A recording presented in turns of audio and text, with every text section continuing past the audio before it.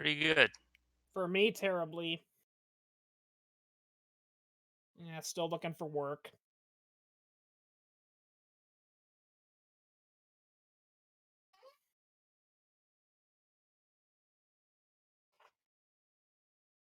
Yep.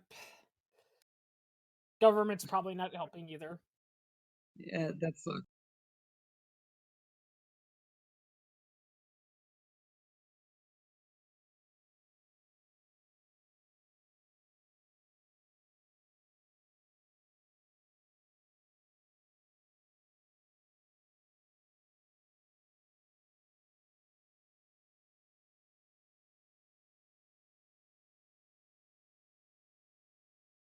Oh, great.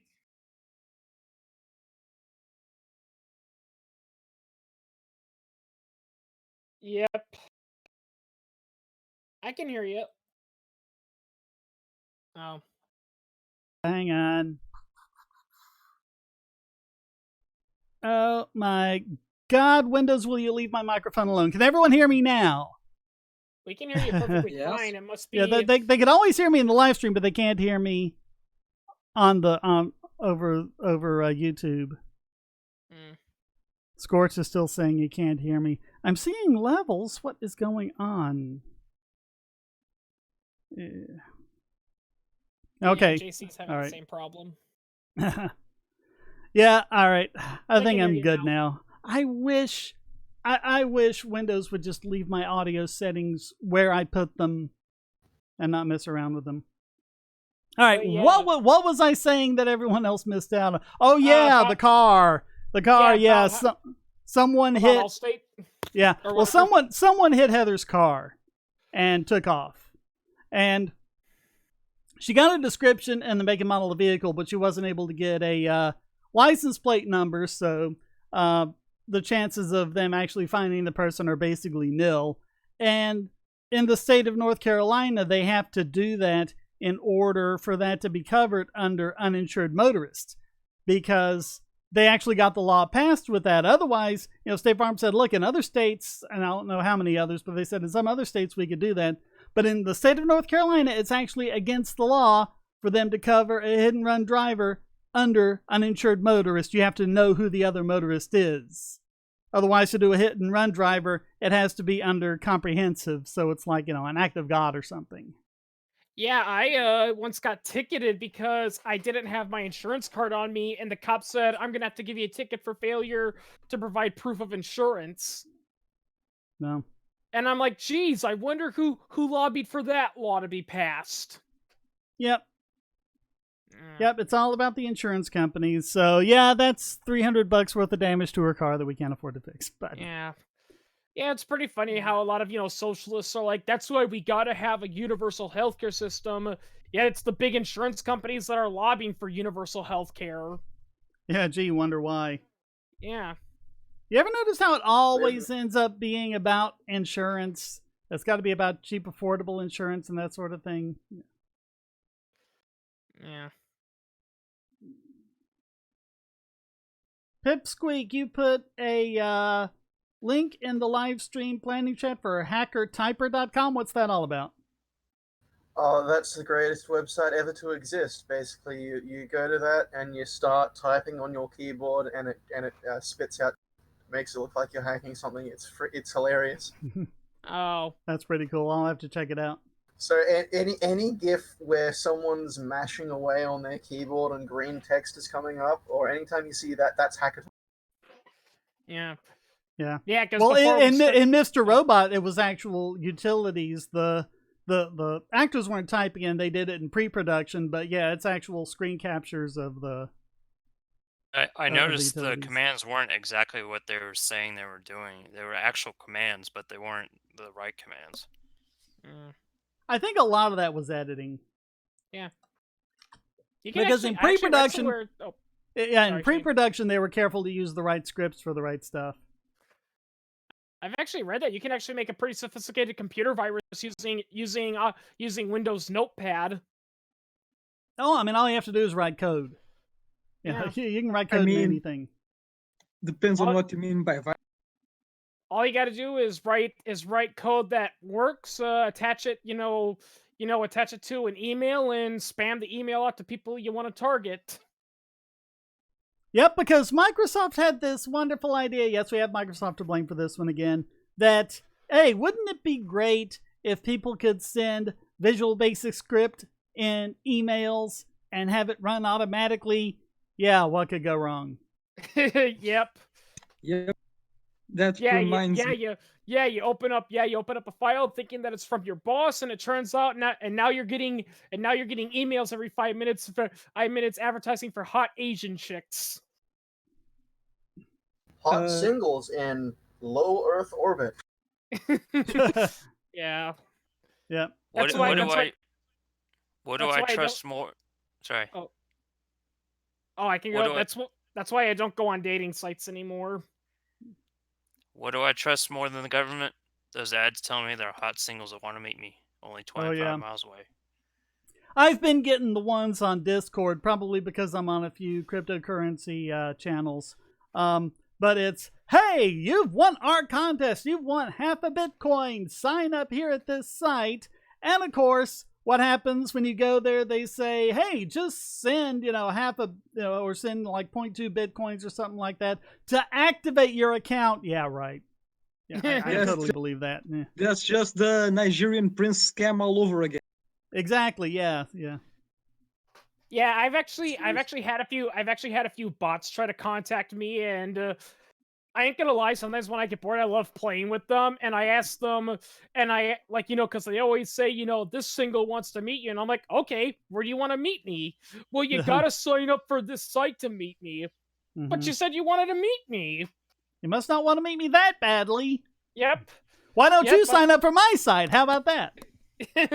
Yeah. Yeah, Scorch in the chat says, by the way, Scorch, you're a supporter. You can come on in and join us if you want. But anyway, he says the same thing just happened to my wife. Luckily, I live in Texas, so they just consider it to be uninsured driver. Yeah, but see, North Carolina, insurance companies have basically taken over the state in North Carolina. They run this place. Carolina Power and Light. They basically co-own North Carolina. Rainbow Asteroid says, here's your virus code, colon, capital A, semicolon, start, semicolon, go to, one word, A, lowercase. Yeah. Yes. Infinite loop. Infinite loop, start a memory leak. My favorite kind of virus. That was always the thing to do on the VIC-20, especially at the store where they had the display set up. You just go in 10, print hello world, 20, go to 10, and then hit run, and it would just sit there going hello world all the time. No one would be able to do anything unless they knew to hit front stop restore. I pulled a prank on one of my friends one time. He had borrowed a computer game CD, and he held on to it, and he wouldn't give it back. And so I tricked him to downloading this file I made, and it just kept the CD drive from closing. It just kept opening up, and it's like, please return the CD. There's all sorts of fun utilities to do. I used to do this when I taught this stuff, and it wasn't their computers, it was the computers in the classroom, but I'm like, I'll take over your computer, and it's like I trick them into running something, and then I'm opening and closing their CD tray and making messages pop up and doing all sorts of funny things. Reminds me of this other funny story I read about this guy who knew a thing or two about computers, and he was tired of his mom, because he was a teenager at the time. He was tired of his mom reading in on his emails without his permission, but she had access, but she knew his password. So what he did was basically he somehow rigged his email, so if you clicked on it but you didn't type in a certain password or phrase beforehand, it would play Never Gonna Give You Up by Rick Astley, or whatever his name is. Astley with a T. Astley, yeah. And that's all it would do, and it wouldn't play until you typed in the deactivate code. Yeah, and his mom got super pissed at him, and he just responded, well, then why the hell do you constantly go through my computer? Yeah. Yeah. I remember one time I thought I got a virus because my what's it called, the desktop image background, whatever it's called, changed, and it kept making noises and whatnot. And this was a few years ago. I was still pretty young, but I knew a thing or two about computers, so I started looking around, and it turns out it was just a VBS script in the startup folder. That was it. Yeah. Oh, okay, Rainbow Asteroids clarifies it's infinitely opening more and more terminal windows. So they just open. Yeah, a lot of websites used to do that, just open up new windows just ad infinitum. Mm. Fourth Root in the house. How you doing, Fourth? And speaking of viruses, as anyone who saw that video I posted, California's at it again. They're killing thousands of chickens to prevent the avian Newcastle virus. So they're killing chickens so they don't get Newcastle. Yeah, they're killing No, chickens so the it's, chickens don't die. Yeah. It's Shane. How you doing, Scorch? He's doing a live stream. I'm one of his supporters. Yeah, you're my very first supporter on Subscribestar. Yeah. It's pretty weird, Shane, about that. What's going on in California is because they claim they're taking out the chickens humanely. And look, breaking a chicken's neck or chopping its head off with a machete is brutal, but it's very quick. What they're doing is throwing them in trash cans and blasting them with CO2 until they suffocate. Yeah, that's totally humane. Sounds like something PETA would do. Yeah, suffocation's like one of the worst ways to go. Well, then the thing is, they were using CO2, which kind of engages that panic reflex, because your lungs don't have oxygen sensors, but they do have CO2 sensors in them, and that's what gets you that, like if you hold your breath too long, that's what gets you that panic reflex. And it wasn't even, Fourth Root says, can you email me a link? Just come into the Discord. You're in as a co-host, or at least you should be. DM me if you're not, but yeah, go into the Bogosity Discord, into the live streaming. But what they were doing was they put them in like this trash bin, and they were pumping in the CO2, and every now and then they would open the lid and look in to see if they had died, and of course that would let more oxygen in, and they were just prolonging it. I mean, yeah, it was the horrible. TV, that video I showed you, yeah, it mentioned that, and as one lady pointed out, it's not just, because we're attached to these chickens, it's if we let government, kill our chickens without a warrant, what's next? Are they going to come in and kill our cats and dogs? Yeah, exactly. Yeah, I mean, if you can do one, you can do the other. They have chickens too. And a couple of them were like support chickens for an autistic child and a different one with PTSD. Yeah, they were support animals. Yeah.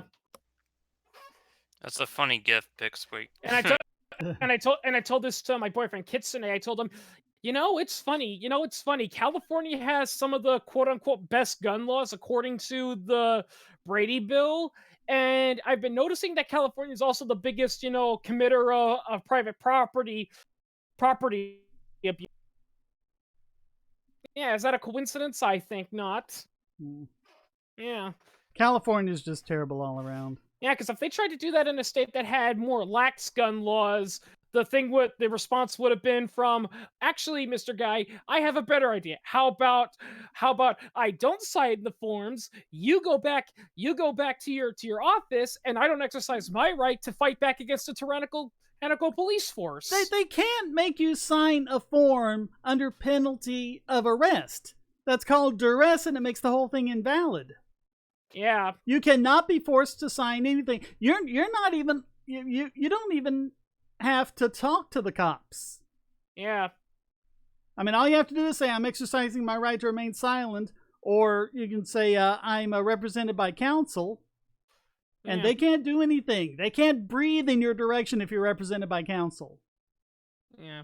They can arrest you. I guess they can arrest you for anything, but they can't force you to sign or to speak or do anything like that. Yeah, I've actually heard from one of the ladies who used to be on their side, but now she's against them. She says that's actually what they're doing to a lot of landowners. They're using duress, and they're basically using Franz Kafka-like techniques, to pressure people into basically bending over for them. They're saying, "Oh, we're going to arrest you," and "Oh, you're exercising your right." Well, we take that as a sign that you're resisting, so that's resisting a government agent. Yeah. And JC says, well, they already kill our dogs, warrant be damned. Yeah, especially if they're pit bulls, because, pit bulls are the spawn of Satan, I guess, or something. Oh, and yeah, also, there's yes, the bubonic plague is making a return in California, as is typhoid. And what else was it? There was another one of those weird diseases that no one gets nowadays that's making a return. I'm guessing that anti-vax is huge in California. Well, it's No, not it's that. more the rampant homeless population actually. Yeah, it's a lot of the homeless people staying outside, and because they can't live inside, so they're exposed to squirrels and field mice, which carry fleas, which carry the bacteria that cause the plague. Yep. And it spreads around a lot faster. How you doing, Fourth? I'm doing all right. I was hoping I could. Technical difficulties. Whatever. I got you up now. Okay. And what you said earlier about pit bulls, I don't know why people hate pit bulls so much, because I've encountered a lot of pit bulls back when I was delivering pizzas, and they were the sweetest little things I've ever met. They are, Oh, as yeah, long they're as they're not very- abused. Yeah. Yeah, They're very family friendly, too. I've had golden retrievers and those little I don't know what Dorothy's dog was. I mean, I don't know what Dorothy's dog was, but that's what it looked like. They were the ones trying to rip my throat open, not the pit bull. I've been attacked and bitten by chihuahuas more often than anything. Well, Oh, generally, the smaller the dog, the more aggressive they are, because they've got more to prove. Yeah, both And because they don't want to be threatened. Yeah, both because they have Yeah. to be, because they're smaller, and also because, and this is the thing we see a lot with chihuahuas, because they're so small and cute. When chihuahuas are snarling and displaying threat postures and biting, people are like, oh, he thinks he's tough, and they give it pats and belly rubs, and that's going to encourage the bad behavior. Like Paul Rugg's dog, Lucky. Everyone's seen that video, right? When I want to relax, I pet my dog, and he's petting his chihuahua, Lucky, and Lucky's going, "Arr, arr, arr," and trying to bite his hand and everything. And Oh yeah. My and, you know- Chihuahua is not like that, Rainbow. He's a rescue, and he is so sweet. I mean, he'll bark when the doorbell rings or someone knocks and stuff like that. But other than that, he'll just lay there. He'll sit there in your lap or be held, and I mean, he's Yeah. really sweet. yeah, You'll get the best dogs out of rescues. I'm telling you. Oh, yeah. Yeah, and of course, cops will shoot dogs, because it barked at me, it's going to attack me. It's like, dogs bark for a variety of reasons, and 99% of the time, it's not because they want to attack. They're just letting you know, hey, I'm here. Look at me. Mm-hmm. Yeah. My best Wait, mate which has is an another Alaskan reason- Mameluke. Which He's is another huge, reason. and it is the most chill dog. Which is another reason smaller dogs like Chihuahuas do that a lot, because if they don't do that and you don't see them, they might accidentally get stepped on, and they don't want to get stepped on, so Yeah. they want to let you know you're there.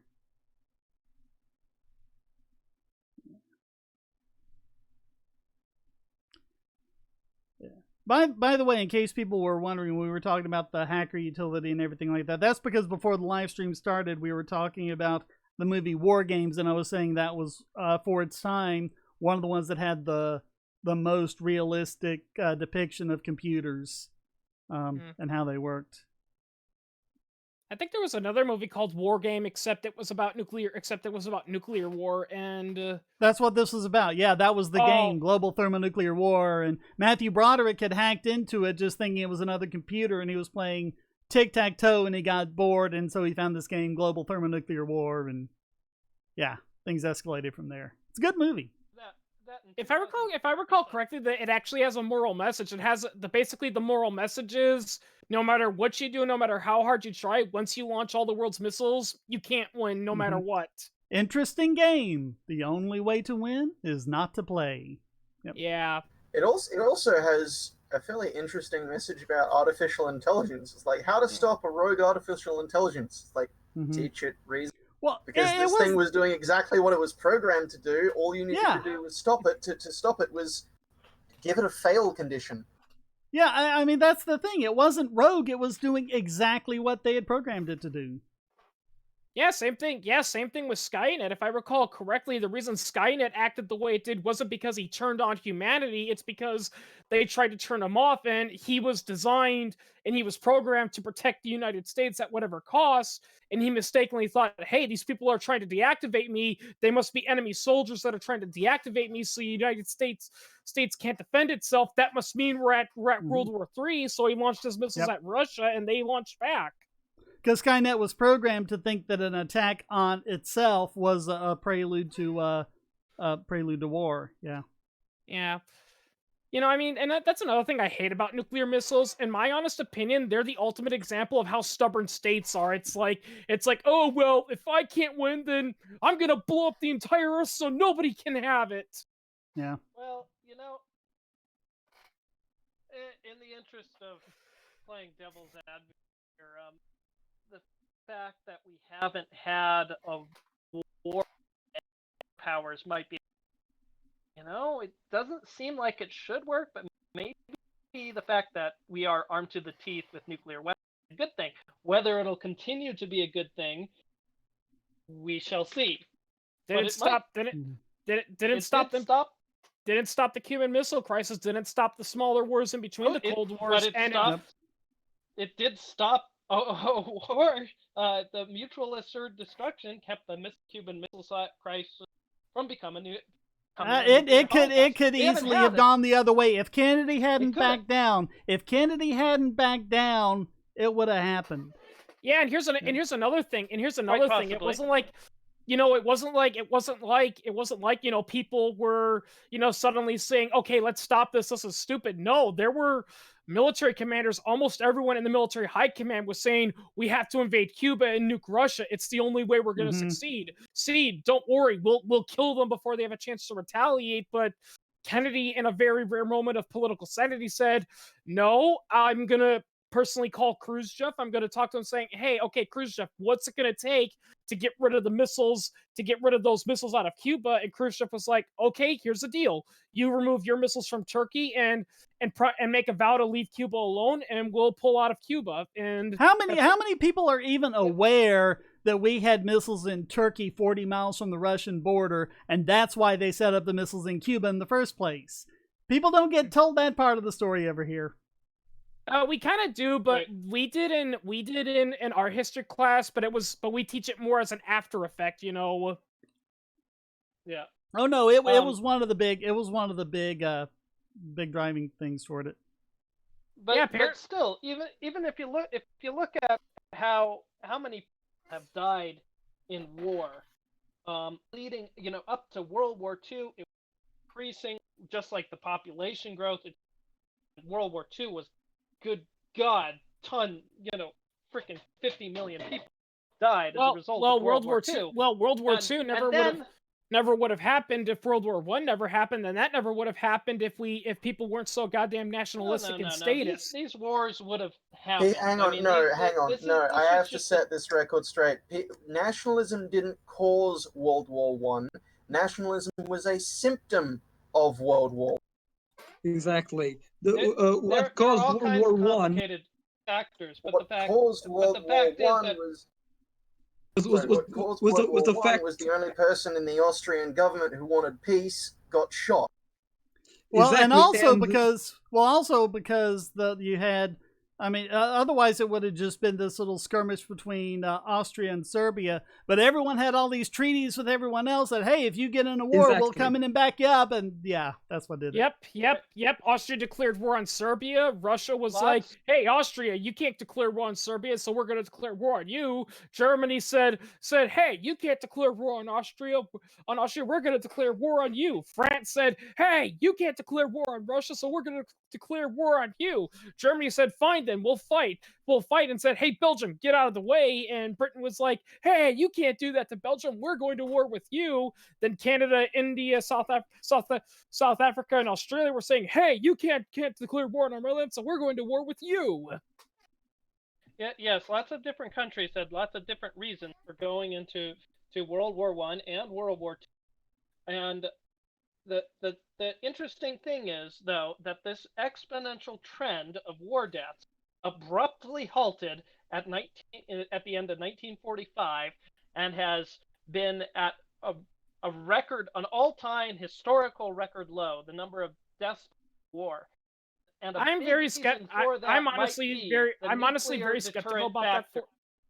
I'm honestly very skeptical about that fourth route because here's the thing: the atomic bomb wasn't the first weapon that everyone thought would end all wars. Before that, they thought the machine gun would end all wars, and before that, Alfred Nobel, he thought dynamite would end wars because he thought that this weapon would be so destructive and it would be much more dangerous to one side versus the other that no one would dare use it. But nope. Well, in Well, the World War biggest One, difference I think of is the nuclear bomb. If it does drop, there is no winner. But the machine gun, one side gets slaughtered. But at the time, World War One was actually called the war to end all wars, and now we use that as kind of a euphemism. Oh, this is the something to end all somethings, and we use it ironically. But the reason why we use it ironically is because they were using it unironically in World War One. They actually thought that they were going to stop all war forever by fighting this war. Yeah, and hell, at the end of World War II, a lot of people legitimately thought, hey, this will be the war to end all wars. But then news came in that Stalin didn't want to pull out of Eastern Europe. The West wasn't comfortable with that. The United States decided, well, fine, if Stalin's not going to pull out of Eastern Europe, we're not going to pull out of Eastern Europe, and the whole thing repeated all over again.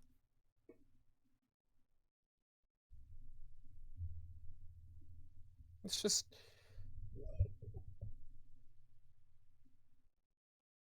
Is there noise coming through my mic? No. Yeah. No, there's no noise through anybody's mics right now. I'm getting some little extra stuff on the VU meter, but maybe it's just so small it's not going through. All right, let's see. Let me catch up with the chat. JC Armitage points out, guess how many cops have been killed by dogs in the U.S.? 0, yeah. Any more videos on Sam Cedar? I have several in my to-do list. I just need to summon up the strength to do them because that guy is so stupid. Yeah, because what can you say about him? I've seen plenty of his videos that a lot of people say, watch Sam Cedar, he has the best arguments against libertarians. No, his strategy is to talk slowly and never let the quote-unquote libertarian answer back. Yep. And not to mention, he picks, average, everyday libertarians who don't really know how to properly debate, so they sadly fall into a lot of the traps that we avoid. But when he actually debates someone, like a good example was his debate with Peter Schiff. Peter Schiff's no libertarian, but he does have a lot of libertarian leanings, and he destroyed Sam Cedar. Was it Sam Cedar or Tom Hartman that Esso called into? Did y'all catch Tom that? Hartman. It was Tom Hartman. He did a really smart thing by recording his end of the conversation and posting it so you could hear what he was saying while Hartman was speaking over him and muting him and cutting him off. Yeah, it's very easy to win a debate with someone when you control both mics. Yep. Yeah, Peter Schiff did something similar. I think when he was debating, I think it was Sam Cedar. He also recorded his end of the conversation when he was being, debated by Sean Hannity, and they portrayed him as this racist, individual, and they also mocked him because he used the word retarded. But the reason why was because he admitted this, he didn't know what else to say, and he actually said behind the scenes, "Hey, if there's a better word I can use, can you correct me so I can use that?" And they didn't do that. Yeah, I can't stand it when people mock other people when they are right.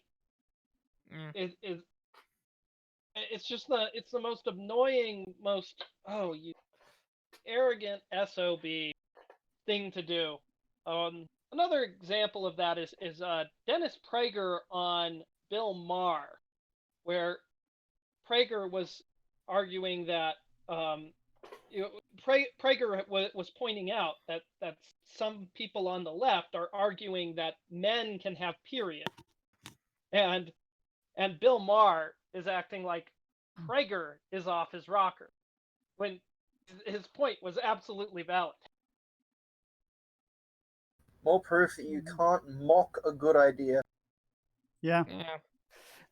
you know, my favorite Bill Maher fail had to be when he interviewed Ron Paul, and you know, Bill Maher was all prepped and he was ready, saying, "Okay, I'm gonna bash this wannabe libertarian to stone grown." But when Ron Paul made some pretty good argument reasons, Bill Maher was just like, "Oh, okay, yeah." He's just like he can't say anything. Well, Zio Gold says, "Oh, go ahead." Okay. Zio Gold says, "What's everyone's thoughts on leftists that say and think that the state works best when they are the ones in charge of it?" That's what I just say Venezuela. That's what I say. Yeah, I say you sound like a megalomaniac. That too. That's classical narcissism right there. Yeah. My definition of a socialist is just somebody who calls themselves a socialist, and it's remarkably great at predicting where totalitarian governments are, because by that definition, you know, the Nazis were socialists, the Soviets were socialists, Venezuela is socialist, and the Nordic countries are not socialist. So it works perfectly. Well, I mean, it would be different if the socialists could actually come up with an objective definition of socialism and stick to it. But I mean, the latest thing, because of Venezuela, the latest thing is what percentage of the economy is private, and 60% of the Venezuelan economy is private, therefore it's not socialist. No one was using that as a criteria before Venezuela went under. They actually kind of pull that. They actually kind of pull that when you bring up Nazi Germany too. When the Nazis were clearly socialists and implemented many socialist parties, they're like, no, but corporations were allowed to exist in Nazi Germany. Yeah, but they had to do exactly what the government told them to do. How much of each good to be produced and what it will sell for and all that. So and generally the economy. And generally, Hitler's buddies were put in charge of the industry. Yeah. Right. Yeah, I think leftists think capitalism is any system in which you can make money. Yeah. And what are your thoughts on the Korean War from Mr. No?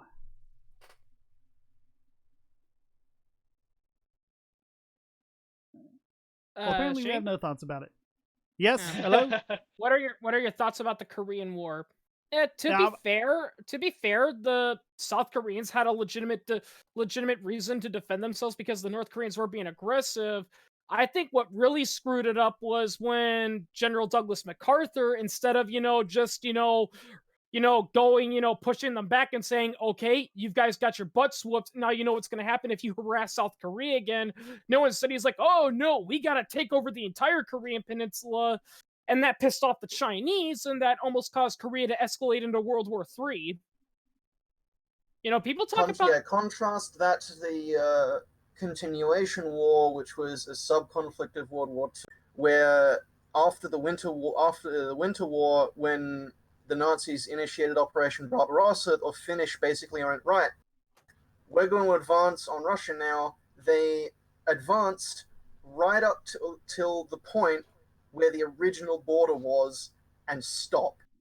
The Germans kept going, and the Germans kept going on to siege Leningrad, but they kept pestering the Finnish, like, no, you got to go attack Russia, you got to go attack Russia, and the Finns would just kept saying no, until until Germany finally got sick of it and said, you have to attack Russia or we're pulling material support. The Finns couldn't hold Russia back without material support. Like, fine, we'll go attack Murmansk. And they did, and then everyone got ticked off at them, and that's why they're classified as a co-belligerent on the side of the Nazis. Yeah, well, and if you really want to look at the roots of that, you really have to go all the way back to the Russo-Japanese War and the Sino-Japanese War, and all of the intrusion America had been doing in Korea since like the late 19th century. Yeah. Yeah, I mean, and this actually kind of goes back to the atomic bomb, and the thing is, and it's actually been proven, World War II could have easily have ended without the development of atomic bombs, and people are like, oh yeah, how would it have done? Simple. Japan was pretty much defeated. There was no need. The problem was that the Allies wanted to be in Tokyo, forcing, the Japanese emperor to bow down to them, so, kiss their toe and sign a peace treaty. That's what they Well, wanted. it wasn't even that. It wasn't even that. The Japanese were trying to surrender. They ended up going to China and say, "Hey, put us in touch with the Russians so we can surrender." Their only stipulation was that Emperor Hirohito stay on the throne, and then the Allies got kind of full of testosterone and puffed out their chests like, "No, no, no! We need unconditional victory because we have tiny penises and everything." And so then they nuked them, and Japan said, oh, okay, unconditional victory, do what you want. And then they let Hirohito stay on the throne. Yeah. Yeah. A similar thing happened with Berlin. It's like with Berlin, it's like it's just come on, yeah, the Germans did some bad things to Russia, but why did the German citizens have to be punished for the sins of their government? Yeah. That's You know how what it that always kinda- is. you know what That's that how it kinda- If it always wasn't is. for the atomic bomb, the space race would not have happened. Bullshit. How do you figure that? Because if you look at the history of the space race, the development of the orbital class rockets necessary to get there was completely driven by developing a delivery system for that bomb. Well, no, because a lot of it was developed by the Nazis, and they didn't have the bomb. They were just using it to deliver conventional bombs. They had a short-range ballistic missile, but there was no interest in putting satellites until Russia really basically built an atomic bomb. Shit, now we're in this arms race, and the absolute best way to deliver an atomic bomb by rocket. And we need rockets that can go on a trajectory that can take it a quarter of the way around the world, which if you can build a rocket that large, it can also deliver a slightly smaller payload into orbit. So Yeah, but they were building rocket technology long before bombs. In fact, the guy who pioneered rockets, he didn't want to, deliver weapons, to the enemies of Germany. He just wanted to reach the moon because it was there. In fact, there's a famous story that said, he was working for the Nazis, and one time during a party, he got drunk after he heard, that the V2 rocket successfully hit London, and he was talking to a friend and saying, "So I finally heard you made your first rocket, right?" It's like, "Oh yeah, we launched it and it landed, but it hit the wrong satellite." If you're talking yes, about that guy was certainly driven by von Braun had visions of going to space for purposes, but the only way that he could get the funding to develop his rockets was in war, and that I was was wondering if you might have been talking about Robert Goddard, and he warned the U.S. government that with the rocket technology he was developing, if the Nazis got that technology, they could develop a rocket, capable of hitting England from Germany, and they didn't listen to him, and then the bomb started flying. Well, the thing is, without a nuclear warhead, a rocket is a piss poor weapon because it costs a tremendous amount of money, and without a nuclear warhead, it can't deliver a precise payload and do any effective. It's not going to do as much damage. But the damage nuclear that it weapons will do is far less than the cost of that rocket.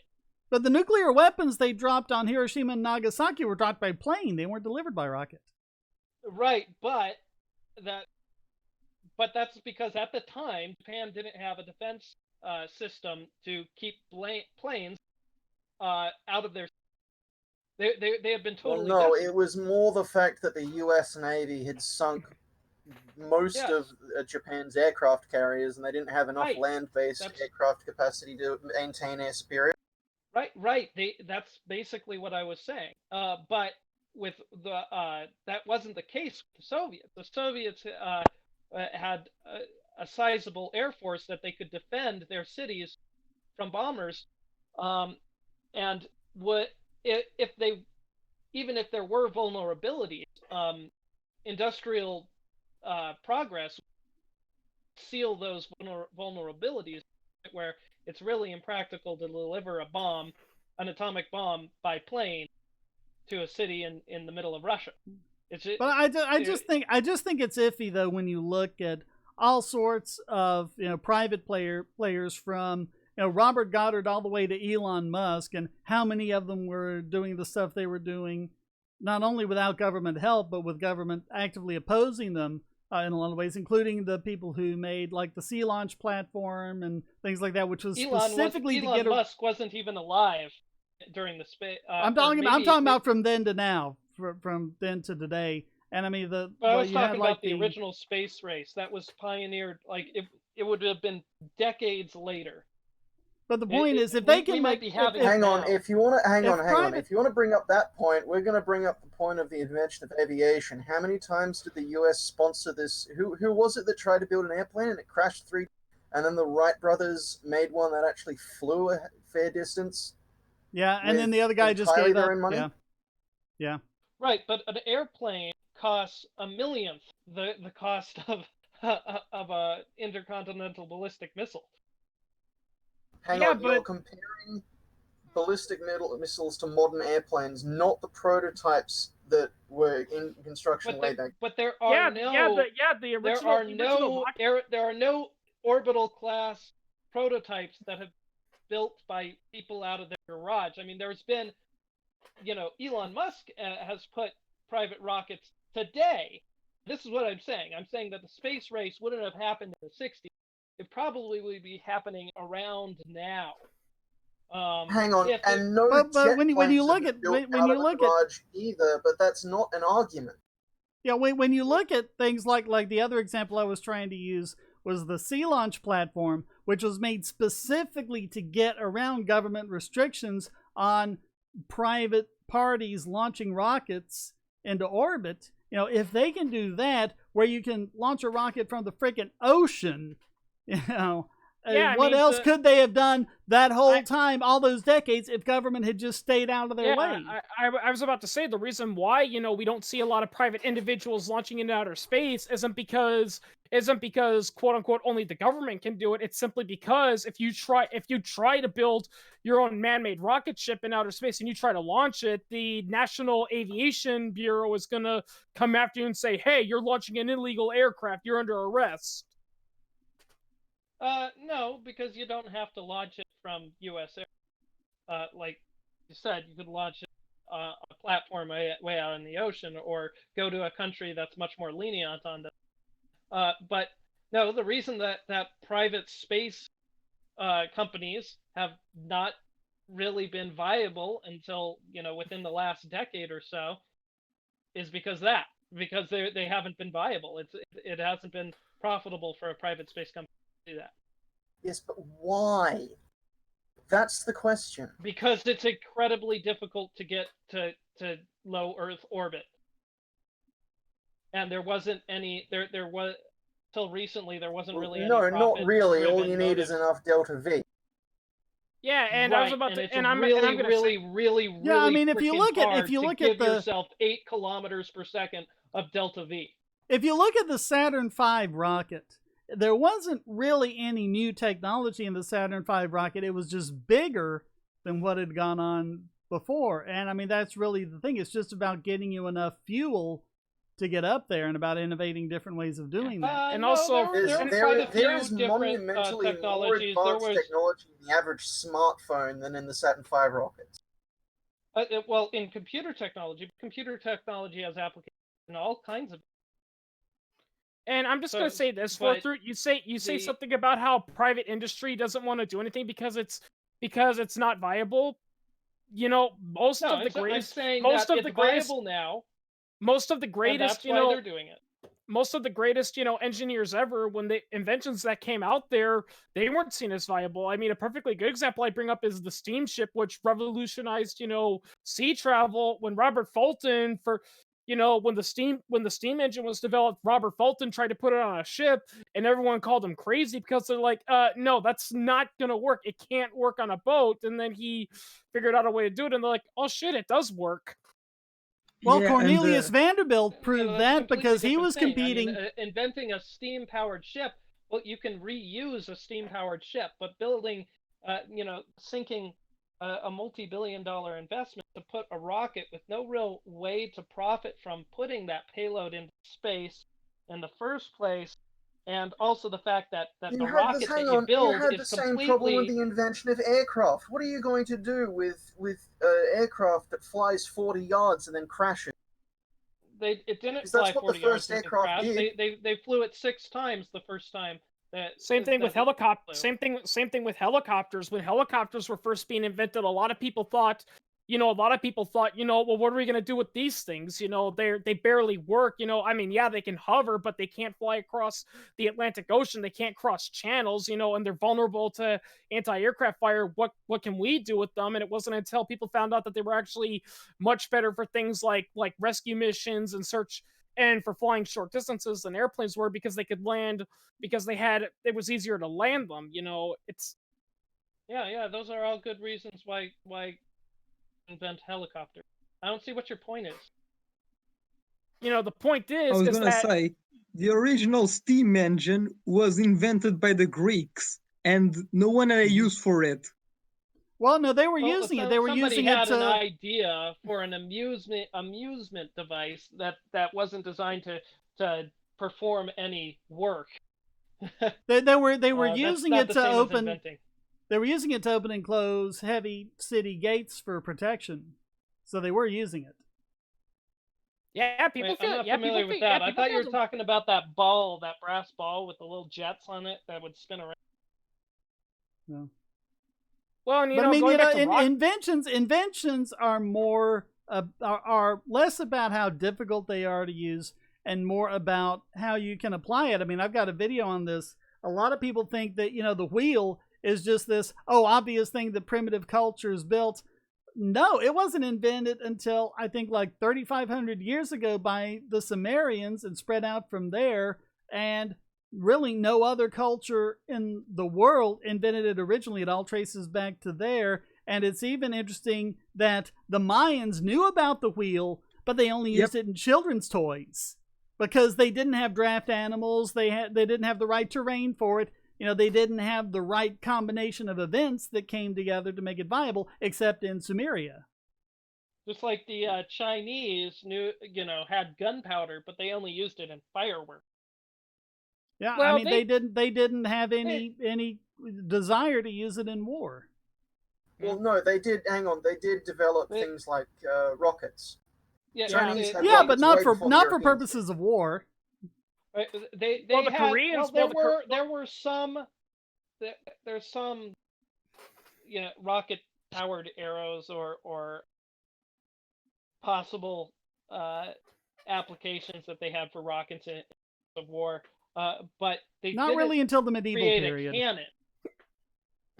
And the cannon was the real application of gunpowder, because rockets really never were used much in war until the 20th yeah, and actually century. Shane, it's pretty funny. Hang on, no, actually, I have to oppose that. India used rockets very effectively against Europeans, especially against cavalry, because it would spook the horse. Yeah, and actually the Koreans, they had basically they were basically some of the first to utilize rocket artillery, because they had this contraption that was basically a bunch of arrows, hooked up to rockets they would fire, and it took forever to reload, but when you fired it on a massive army, it would basically wipe them out. Oh yeah, it was really no, it effective, and wasn't- more so than just the amount of people that it killed. It would not only destroy your formation, but it would completely demoralize the ones that are left, because from their point of view, the arrows just came out of nowhere, and there was no way to tell who was going to hit and who was going to avoid it. So, yeah. Well, if you look at the writings of European officers fighting in places like India, they talk of rocket attacks, and it's far less actual damage and far more morale, because you have these rockets coming down and explosions and smoke and whirring and screaming of the rockets. It's completely disorienting. Yeah, actually, it's pretty funny we're bringing this up now, because I was watching this history channel about guns, and And believe it or not, guns played a massive role in the Renaissance and Enlightenment era, and the reason was because, and what, as one guy pointed out, the matchlock, musket, it gave, the ability of a common peasant to easily To be an take out, assassin, yeah. a heavily armored knight, because even the strongest, breastplate couldn't stand a direct hit from a musket ball. And the reason why, the Enlightenment period came around was because eventually, after a while, the higher ups realized, what, we can't rule by force anymore. Right. Well, yeah, a gun is a perfectly concealable assassin's tool. Uh, that you hate the king, you hate him more than you love your life, then yeah, and there's no more king. So Yeah, yeah, that's another thing too. absolutely. The first gun control laws, there actually were some gun control laws. The very first gun control laws had nothing to do with promoting public safety. It was actually to cripple, potential uprisings. Like one of the first gun control laws we know of was, it was like a French rule that basically said certain Germanic tribes were not allowed to carry a weapon known as the wheel lock, which was more reliable than the matchlocks. Yeah, basically, the more sophisticated the weapon, the greater the equalizer it is, because it requires less brute strength, less natural ability, and even less skill to use. Yeah, I think the perfect thing that actually demonstrated this is, was one of the first times when muskets were used was during a little border skirmish between Austria and an Italian city-state, and the Austrians marched into battle, with the more traditional weaponry. They had knights in shining armor and heavy trebuchets and all that, and the Italian city-state went in years using matchlocks they bought from Spain, and they slaughtered the Austrians. But they've even got guns that disabled people can use, specially made to, if you can, do this with a hand, then you can fire these guns. I mean, they've just got all sorts of creative designs. I mean, that's the reason why guns were, believe it or not, guns were so controversial when they first came out, and it wasn't because they were afraid of, children. It was because all these lords were saying, "Oh my God, civilians have basically rendered our army of knights and mercenaries completely useless, because our cavalry charges can be easily deflected by a line of." Yeah, you're breaking up on my end. I don't know about anyone else. It was doing okay up to now. I don't know what it was. And actually, going back to what Pipsqueak said, that's actually another thing that guns, brought in, and why they destroyed, traditional tactics, was because the gunpowder would often scare away the horses, and it basically rendered, the classic, charging knight. It rendered that completely useless. You've reminded me of a case in pre-Napoleonic, I think it was. Yeah, everyone's hearing Chris cutting out. Sorry. I think people are starting to cut out again. I'm not sure. It's just a massive target for a ranged weapon. A bow and arrow won't do much damage, but simple musket ball with a horse. Yeah. So. That reminds me of that really bad TV show Deadliest Warrior, where, they were judging certain pole arms based on whether or not they could dismount a warrior off a horse, and the thing that really grinds my gears is that they're telling these guys, okay, you have to knock the guy off the horse. That's not what would happen in warfare. If you're holding, like a short pike, and you see a knight coming at you, and he's heavily armored, you're not going to aim for him. You're going to aim for his horse. Right. Because not only do you knock the horse out of the battle, but if he happens to be in the wrong place at the wrong time and the horse lands on top of him, even if he survives, he's done for. He's out of the battle. Yeah. He can't fight anymore. The problem with that, though, is that the knights typically carried very long lances. The lance is meant to knock down a human, whereas the pikes are meant to knock down a horse. So the pike has to be thicker and heavier, and so typically the lances were longer than the pike. Yeah. Kind of reminds me of, I don't know if you heard this, but there was that guy that was criticizing, the Witcher series, because he said a woman can't fight, with a sword, because men are stronger, and many HEMA instructors came against it, saying that's not true. Women can fight with swords. But one person did bring up a pretty good point. One thing that isn't, where strength will play a role and women would have a severe disadvantage, in real life medieval warfare, you're not fighting sword versus sword. Most of the people you're going to be fighting are carrying pikes, lances, or halberds, which are weapons that require a great deal of have a huge advantage over sword in some areas, because people fail to realize unless you're combining it with a shield or you're using one of those really massive swords like the Zweihander, a sword was only seen as a sidearm. It So we wasn't have seen. yeah, going back to the chat just quickly, IR Monkey says, do you still do your animated videos? If by that you mean Lord Killian, oh yes, I'm definitely continuing those. Yeah. There won't be one this week because all sorts of things like my wife's car getting hit and things like that. And yes, I have have kind of- JC Armitage. I was talking about Andrew Clavin, and yes, I did see Shadiversities on it. Oh yeah, But again, my point. I love Shad's videos. Yeah, they're. But again, I'm gonna point out though, like I said, is that the chances of a woman going in a sword-on-sword combat with another guy aren't as feasible as you think they are. Because, like I said, if she is going to war, she's going to be fighting guys that are having, hammers and battle axes. Because that's actually a big, myth about medieval warfare is people running into battle with swords. Nope, swords were, like I said, they were sidearms. They weren't the weapon you were going to fight with. But anyway, with the Lord Killian videos this week, in fact, the Thursday's video I might not even be able to script depending on how time it is, so I might do it live to tape or even try out a live stream. I want to try, because you're hearing Discord breaking up again, I want to try Riot and see if it does a little better. So maybe if I might do that as a live stream Thursday, and I'm not sure which article, but I think I might do this one where this guy's trying to debunk capitalism because of the concept of economic rent, and he just completely misunderstands what economic rent is. So Yeah, that's the one I might do. I've got a few others on the list. Hmm. Yeah. Kind of reminds guys, me. I have, as a New Year's resolution, resolved to make one new video every week. Month cool. There will be a theme.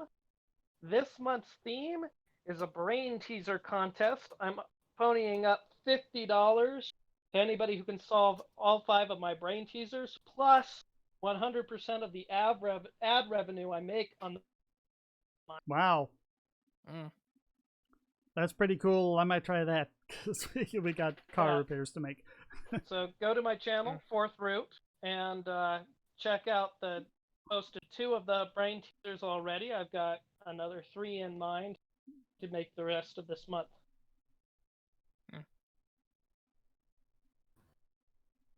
You want to hear the first 2 brain teasers?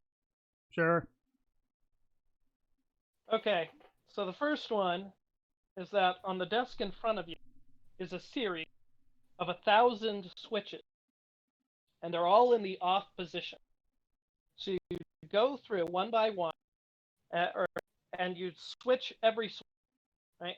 And then when you get to the end, you go back to the, and this time you switch every second. So 2, 4, 6, 8, 10, whatever. When you get to the end, you go back again. This time you switch every third switch. So 3, 6, 9, 12, etc. Without unswitching the the switches you've switched, right? No, you switch the switches that you switch. So you're flipping them right. either. But you from don't. on But to you off don't or on to unswitch on. them. You don't unswitch them in between turns, right? Right. Yeah. Unless it's one of the multiples of the integer. Right. So you flip them all off. The first round you flip them all on. The second round, every even number you flip off. The third round, you flip the state of every number that's divisible by 3. The fourth round, you flip the state of every number that's divisible by 4, etc. After you've gone through all 1,000 iterations of this process, how many switches are left on?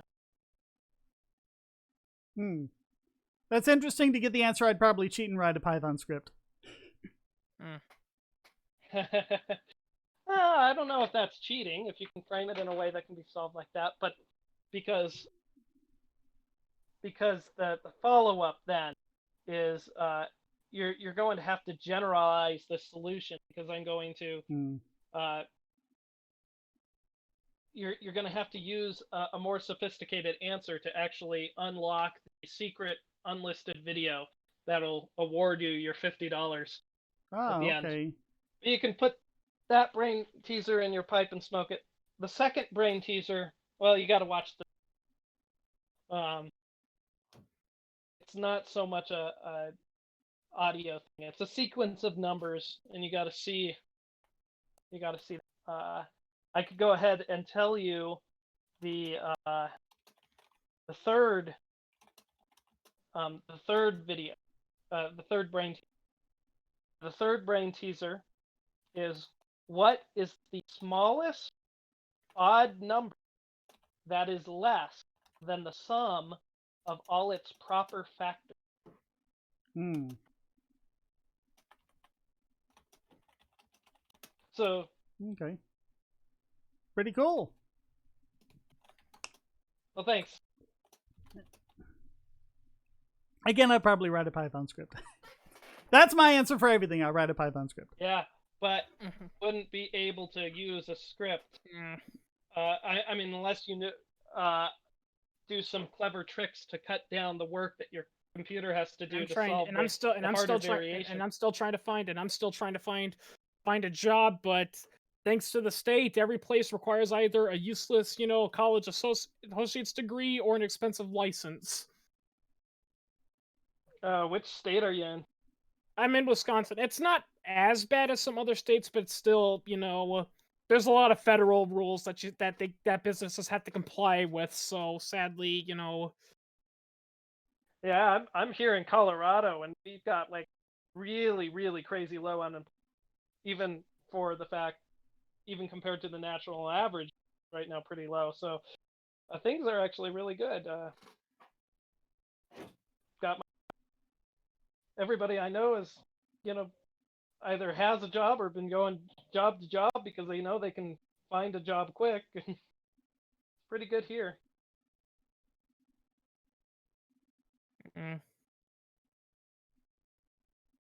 I mean, I do have an idea to make some money, but the problem is that because it would technically be considered illegal, it would require too many resources that I don't have. You cut out a couple times there. Yeah, it sounds like you need a legal team for something. Yeah. Yeah, the idea I had is to sell ammunition to states, that where ammo is more restricted, but that's unless you have some sort of license, again, a very expensive license, that's a huge no-no, and if I don't have the proper resources, I'd risk having the ATF breaking into my house, killing my dog, and beating up my mom, and shooting everyone. The laws, it wouldn't be the ATF because the laws you're talking about getting around are state laws, and as long as you had your federal dealer's license, there wouldn't be anything the ATF could do about it. It would be whatever state it is. But I mean, if you're selling it to people in California and you're not in California, how do they have jurisdiction over you? Yeah.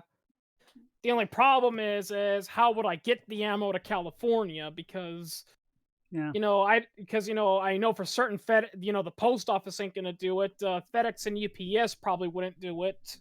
That's kind of like the last. I used to work at FedEx Freight, and I know that we had handling protocols for ammunition. So you might want to FedEx. It sounds really more like you should just leave Wisconsin. Nah, definitely get a legal team on it, I would say. Yeah. That really seems to be though the one missing piece of the puzzle, because with cryptocurrency, you can receive payments outside of the government. They have all sorts of techniques, from Tor to all sorts of ways to have private or decentralized web servers, and things like that. So you can go around and do business in a completely decentralized fashion, except for the shipping. How do you actually get the physical product to the customer? there doesn't, as of yet, seem to be a good decentralized way of doing Yeah, that. my only other plan until I can find a job to make a little extra money is to storm the IRS building and demand they give me back all the money they stole from me. And they ain't gonna But do the that. closest I've seen is Purse, and really the only thing I don't like about Purse is it's just limited in the cryptos. I think it's only Bitcoin and Bitcoin Cash that it takes. But it's a cool idea. You've got people in countries where they make money on Amazon Mechanical Turk, and so it's great for places where you can't really get a job, but they get paid in Amazon. The Amazon cards, the gift cards, whatever they're called, they get paid in those funds, and they need to find a way to get it into something else like Bitcoin or Bitcoin Cash, and that's what you're doing on Purse. You're having someone else purchase from Amazon on your behalf, and then they send it to you, but they're the ones that are actually buying it and shipping it. So it's just kind of, it's not done to try and get around any kind of legal thing, but it kind of shows that we are starting to see maybe the inklings of some kind of decentralized shipping solution or something like that. Yeah. I still want the IRS to give all that money they stole from me back. Yeah. Good luck with that. Yeah, good. They say that you would be surprised at how much law enforcement the IRS can bring to bear. It sounds basically like they have their own little army. Well, yeah, people were comparing the IRS to the Gestapo or the SS, and the scary truth is that there was actually a guy who used to work for the IRS, and he said that's actually far more true than people think it is. The IRS actually has a police force and even a spy department. Yeah, they have a spy department. If you're apart from managing taxes, they actually partially do internal investigation with the NSA and FBI and all that. They partially help out, track people down. The problem with the delivery drones there, JC, is that they're very short range.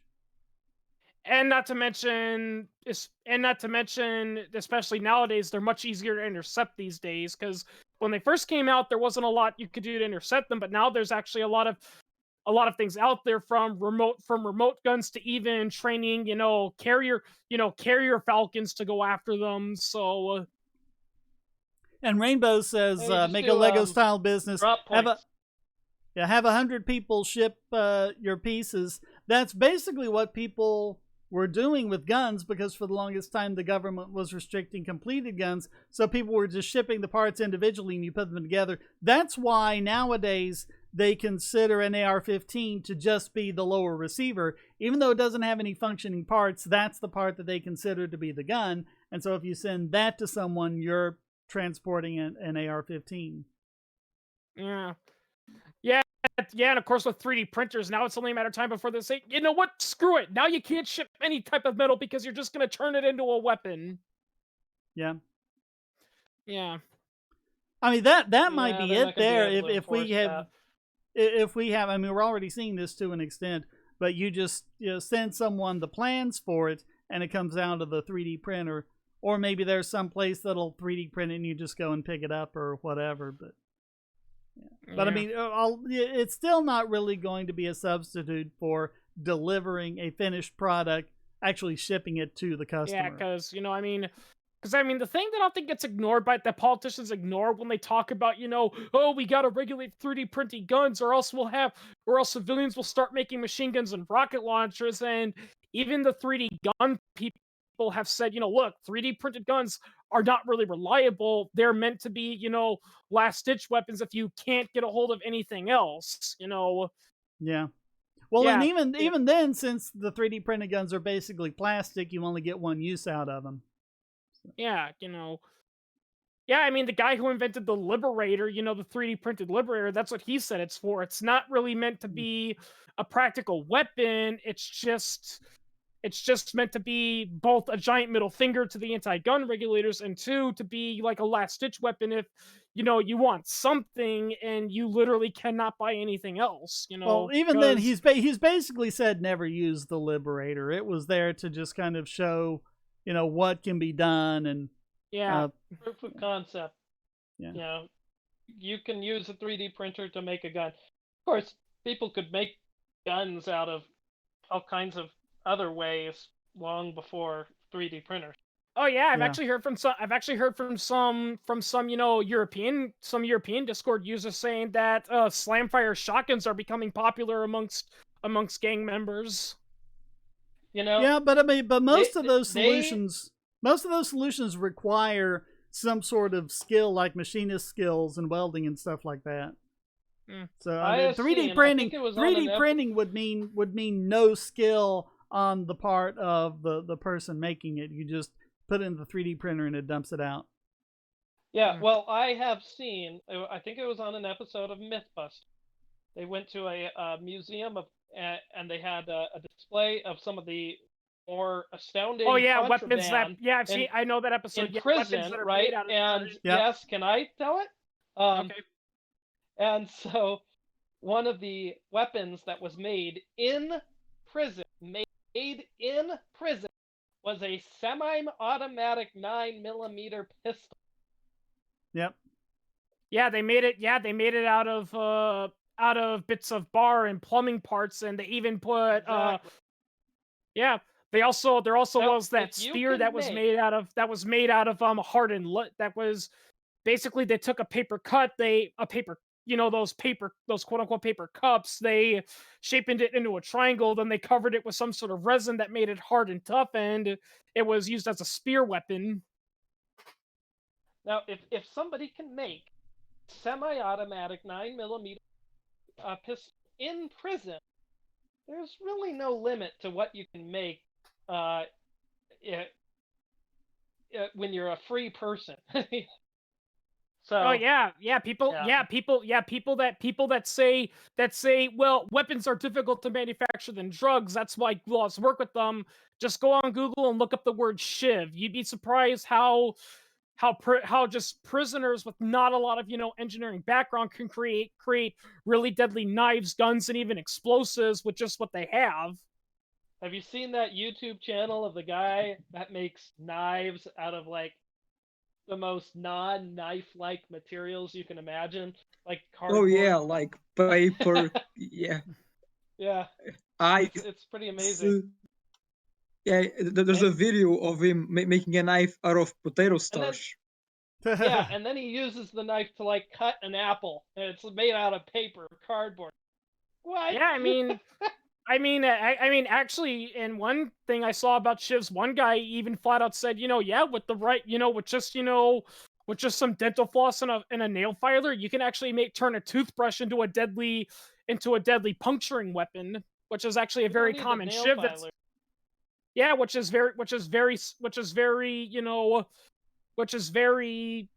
popular with prisoners, is to take like toothbrushes and whatnot, and using improvised nail filers, they file it down so it develops a sharp point, and they use that to shank whoever pisses them off. And that's what makes all this knife control so absurd. It's like, how can you possibly keep people from getting knives? It's not possible. I can make a knife from rocks in the wilderness. I had an idea for a science fiction murder mystery. It's set in the near future, but one of the complications I've put in it is everything is 3D printed. Like, you print out your silverware, you print out your dishware, and you print everything out in metal and plastic, and then at the end of the day, you just toss it into the recycler and it makes them new for the next day. And so you stab someone and you kill them by stabbing them, and then you toss the knife in the recycler. Where's the murder weapon? There's no murder weapon that's actually another thing that you said is popular in places like India, is to use like those single shot pistols or their one use knives, and you basically use it, you shoot the guy in the back of the head, then you disassemble the pistol, and it just looks like random scrap metal on the streets. So where's the murder weapon? And you just throw it in the trash, or even several trash cans, and it just looks like it's not hard to get rid of a murder weapon. The reason I mean, basically the only people who get who have their murder weapons found are morons. But the point of this is even the morons could get away with it. That was the point. And it's pretty funny because people say, "Oh yeah, but 3D printed single shot pistols can't kill a bunch of innocent children in a school." Yeah, well, you can make a bomb out of stuff, that you can buy in a hardware store. Or heck, if you look hard enough in the wilderness, you can find the chemicals that you can use to make some nasty explosives. Deadliest Well, school they're massacre in children, America and was the Bat School massacre, and it was committed with fertilizer.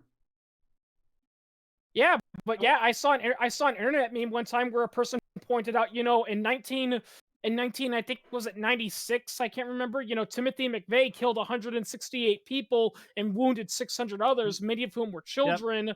The And Oklahoma guess what? City April bombing. 5th, Yep, we can still 1995. and they pointed this out. We can still buy nitrated fertilizer, we can still buy amino acids, we can still buy diesel fuel, and we can still run box truck, those big box trucks, because that's what he used to commit the crime. Yep. If you know what you're doing, I mean, there's basically no way to prevent somebody from making explosives. Yeah, he was. Yeah, as a chemist, like you,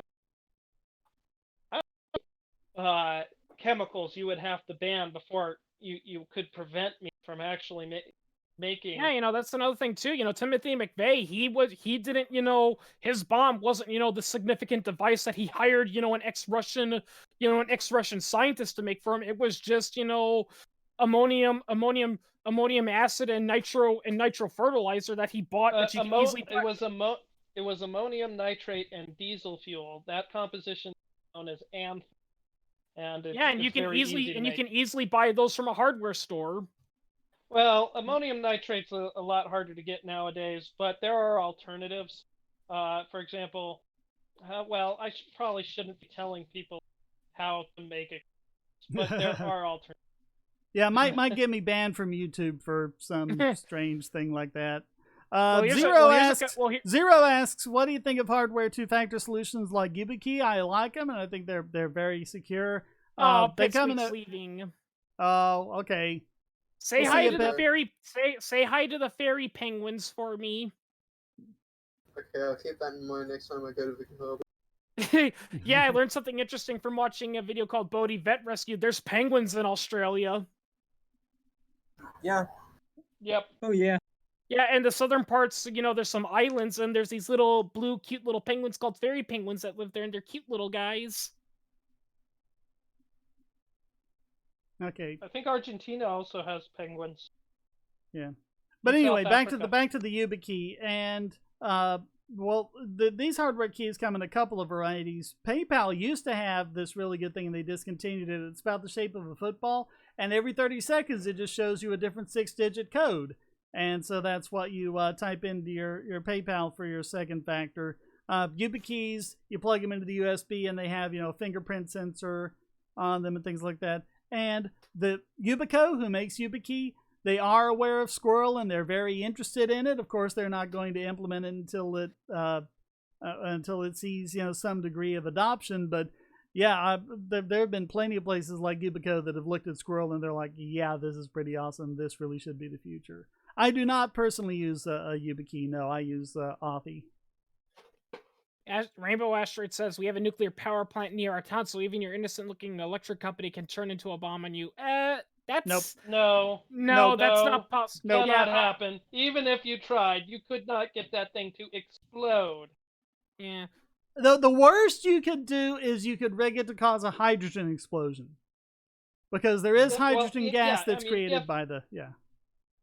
If you had the operators of that plant conspire to cause the largest failure that could, they might be able to cause a meltdown, but most likely they wouldn't even be able to cause it to.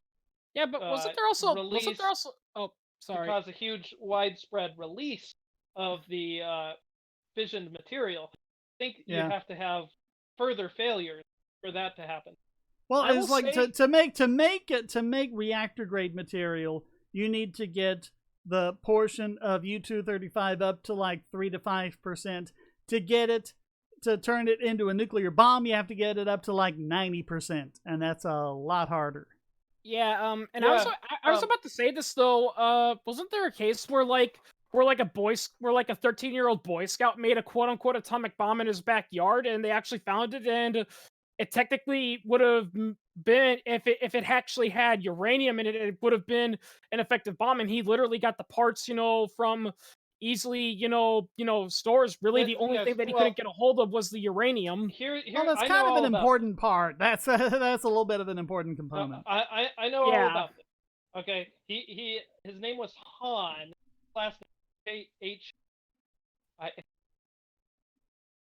But what he built was neutron source. So he collected a lot of americium and radium and wrapped that in aluminum foil to produce a neutron source. Now, had he taken this device and exposed it to enough thorium, which he had collected, he might have actually been able to create some sort of reaction, but it's nowhere near enough to actually cause a sustained chain reaction for a nuclear reactor. Well, and a bomb, is for a not bomb, possible. you don't even want a chain reaction. You want a runaway reaction, and that's a lot harder. That's why you need a Because a greater chain portion of because a fissile chain material. reaction would cause the bomb to blow up out of control, whereas you want Well- it to be controlled. No, the thing about it is that what you need to have happen in a nuclear bomb is you need to have a significant fraction of your fuel source to have fissioned before it gets blown apart, right? So it has to, and it takes like a millionth of a second. But when you initiate that critical, once a collection of fissile material has coalesced above critical mass point, then get a runaway, fission runaway happens, and it arbitrarily increases in size exponentially, millionths of a second. So the problem is that you can get all that material and you can push it past the critical mass point, but as soon as you do, you've initiated an explosion and it'll blow the material apart. So you can cause, it's relatively easy to cause a small scale nuclear explosion, but it's going to be a small bomb, like a grenade sized explosion. To get it to be, nuclear bomb sized, you have to use inertial confinement. So you have to squeeze all of this material very hard together, and you're talking about pressures on the order of the pressure at the center of the Earth. And the way they do that is by using these high explosive lenses to cause a shock wave of chemical explosions to propagate inward. And this requires multiple points of detonation along on the surface of this very complicated, highly engineered sphere of very pure explosive materials in very precise shapes. And the detonators all have to go off at the exact same millionth of a second for that shockwave to propagate inward, so that it crushes your sphere of plutonium.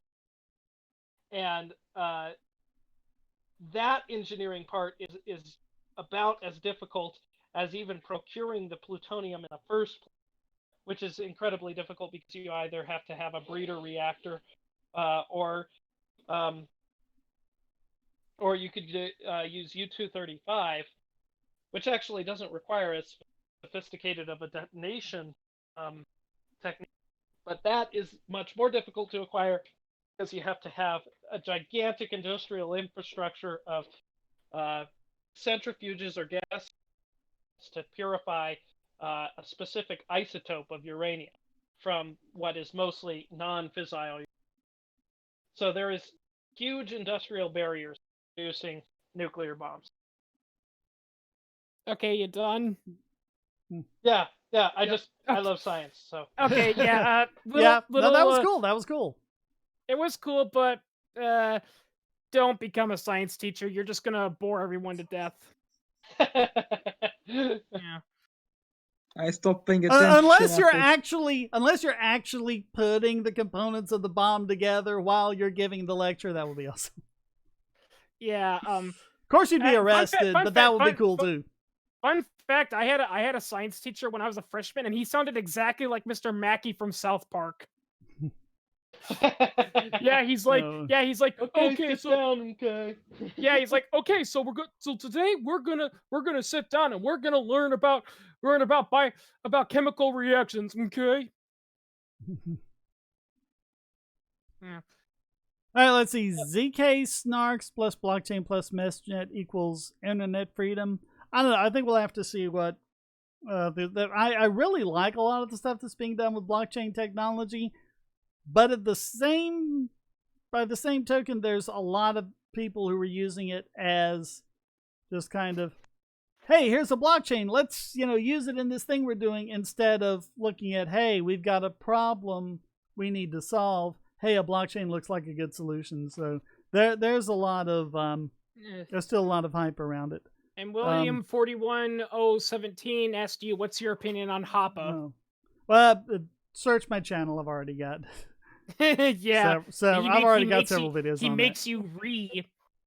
He doesn't make me re. I don't hate him. I mean, he's mostly good, but there's. Yeah.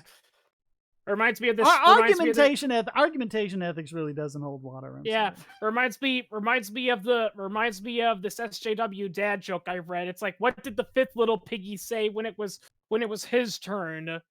This little piggy went re all the way home. All right, Zero. What do you think of the state of consumer digital security currently, and how at risk are the average consumer, and how bad is it really? Well, it's getting better. It really kind of depends on what it is you're securing, but it can still get a lot better. Ransomware seems to be the really big thing, but even that, it doesn't really seem to be a threat to the average consumer anymore, because the ransomware people are targeting things like school districts and other things where you've got this huge big network that.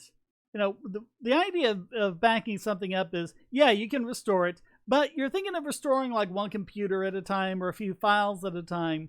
To really bring back up everything from scratch can cost millions of dollars. Okay, so let's say it would cost $2 million to get you back up and running, and the ransom people want $700,000. Well, now you're in a conundrum, because what do? Do you spend all this taxpayer money getting everything back up? Or do you save the money and pay the ransomware, but enable them to do it further? And the insurance companies around this are also a big thing, because they've got the illegal to pay ransoms of any kind. Okay, why?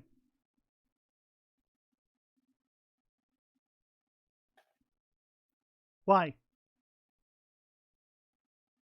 Hello? Okay, I'm not getting anything from Fourth. Oh, well, what did he say? Yeah, what did he say? I heard something about illegal ransom or something. He said it should. Okay, sorry about that. I got a call on my phone as soon as you asked me. So I had just finished saying I think it should be illegal to pay ransoms of any kind. Yeah, and I just want to know why. What's the thinking on that?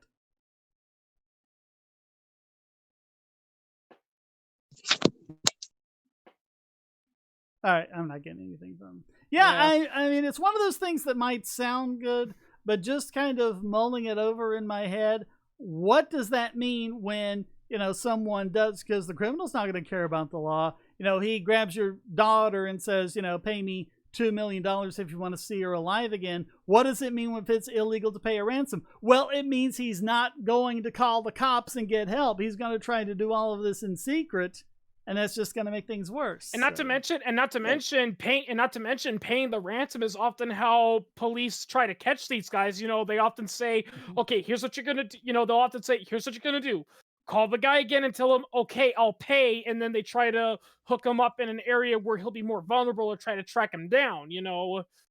If you make paying ransom, every act of paying the ransom is creating the economic incentives for them to do that in the first place.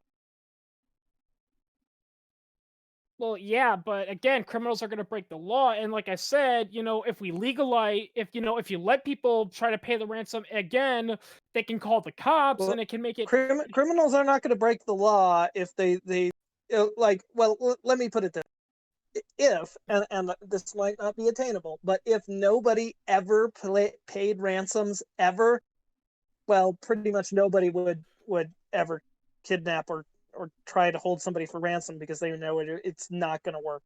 Yeah, but making heroin illegal didn't stop people doing heroin. I mean, if you think it's the best shot for getting your daughter back, you're going to pay that ransom and you're going to go underground to do it if you have to. All that means is you're not going to tell the police anything so they can investigate it and maybe, trace the money and find the kidnappers. Of course, Bitcoin makes Well, that pretty difficult.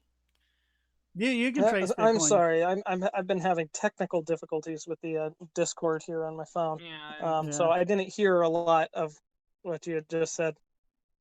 Yeah, but Bitcoin is completely traceable. And I actually covered this a few podcasts ago. There's this one company that basically specializes in tracing people down on Good Bitcoin God, to bring what's going criminals on? to justice.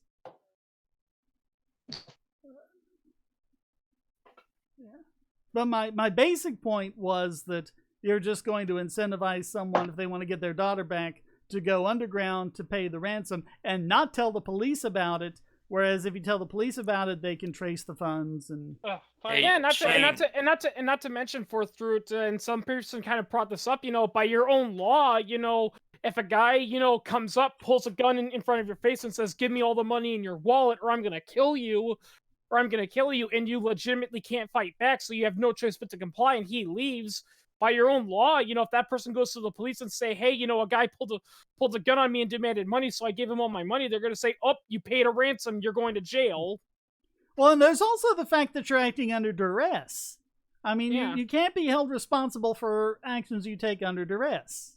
Well, on the other hand, if you don't comply, he's going to forcibly take the money anyway. So that there could be that if they can still forcibly But that's a false choice. A lot of people, that's actually a false choice. A lot of people say, "Oh, well, you can always choose to not give it to." You could have chose not to, not to give it to him. Yeah, but then he would have killed but me. I'm saying if your choice to not hand over the money would unambiguously result in the thief walking away empty-handed, yeah, you should have to make that choice. Now, in a mugging, that's not the case, because in a mugging, the mugger can shoot you up and take you anyway, right? So you're not necessarily encouraging it by complying. I'm sorry, I don't get why it's different. I don't get why it's different because paying a mugger will encourage him. A kidnapping or whatever. They have a person in my company one time went to Mexico for some business, and the company had to buy kidnap insurance for them. So it's official company policy to pay the ransom, which I think is absolutely absurd. Because they're basically saying, if you kidnap our employee, you will get a big payday. That was actually a similar thing that they did on Ray Donovan. I'm going to say it right now. If anybody ever tries to kidnap somebody I love, I'm not paying. But there was an episode of Ray Donovan recently I think in the this only season. sane for people, I think that's something that every sane person can say. But anyway, what happens is Bunchy has a job. I think it's at a convenience store or something. Because otherwise you're telling them, I'm creating an economic for you to my loved one. Okay. So anyway, if Bunchy has a job at, I think it's like a convenience store or something like that. Yeah, we can hear you. Hello? Hello? Yeah, we can hear you. I don't think he can hear us. It's awfully quiet over there. I think that's the problem. Someone type in the text to let him know we can hear him, but he apparently can't hear us. Yeah, that's why he kept interrupting me. He didn't realize I was speaking. But Yeah, so what happens is he has a job at a convenience store, and then Is armed everyone robbers. just dumbstruck that I said that I would never pay a ransom for a kidnapped loved one? And then I armed love my robbers. family, and that's why I would never pay a ransom, because I don't want them to get kidnapped. Yeah. And then armed robbers come in, and they try to rob the place, and so he shoots them, and he's made into this big hero by the press, but he gets fired because his employer says no, that's not our. I can hear somebody typing, but I can't hear anybody talking. So someone tag him in Discord and let him know. I did. Okay. I did. Yeah. Oh, So anyway, shoot. they fire him because the company policy is that, oh no, you're not supposed to oppose it, you're just supposed to pay, and so they fire him. And so you know what he does? He goes out, he gets a gun, he gets balaclava or ski mask or something like that, and goes in and robs the place because they're not allowed to do anything. Yeah, I know. When I delivered pizzas for Papa John's, that was the official policy, and I'm just thinking in the back of my mind, it's like I understand why you have that policy in place, but it's one of those things where, in practice, it's probably not going to work out, and especially because they're like, well, if a person attacks you 90% of the time, it's because they want money. Well, criminals are unpredictable. Yeah, you might comply with the money, but they might kill you anyway, or. And a thing I bring up is the Sandhill Syndrome McDonald's massacre, where that guy went into McDonald's not to rob the place; he just wanted to kill people, And if your policy is don't resist, well, you might as well say, get on the ground, put your hands behind your head, and pray to God. Shane, you were talking earlier about Bitcoin being traceable. Do you know much about Monero? I've heard it advertised that Monero is a lot more anonymous than Bitcoin. It is the tomorrow's quickie actually goes in a little bit into this, but the transactions are encrypted and hashed.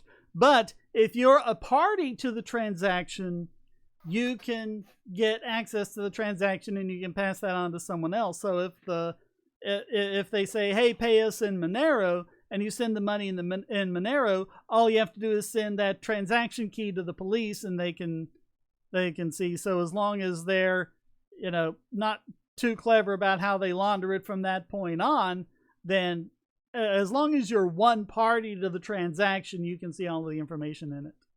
By the way, Shane, speaking of money and all that in public services, I believe I showed you that video that Simon Whistler made about top 10 government mistakes, and it made me facepalm because he's criticizing the government, but he's not criticizing the government in a way of saying this is why government is incompetent. He's saying, oh, it's because we had the wrong people in power. In particular, when he's talking about the No Child Left Behind Act, and he said the reason why it caused U.S. schools to fail was because it cut funding, and when a school's going out of business, that's because it had its funding cut. And I just want to tell Whistler, look up Kansas City School District in the 1980s. They were given over $2 billion, and they spent all this money building nice facilities for the kids, and they still failed.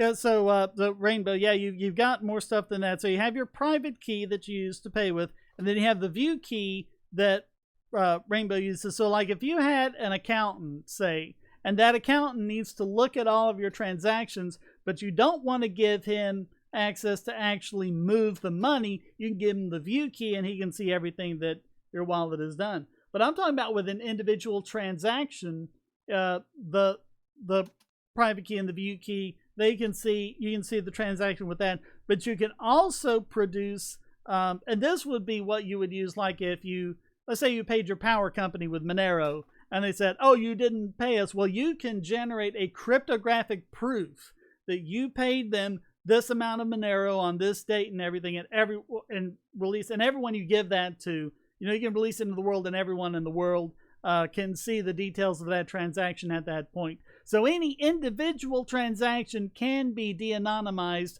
by either party, without having to give up, their whole wallet.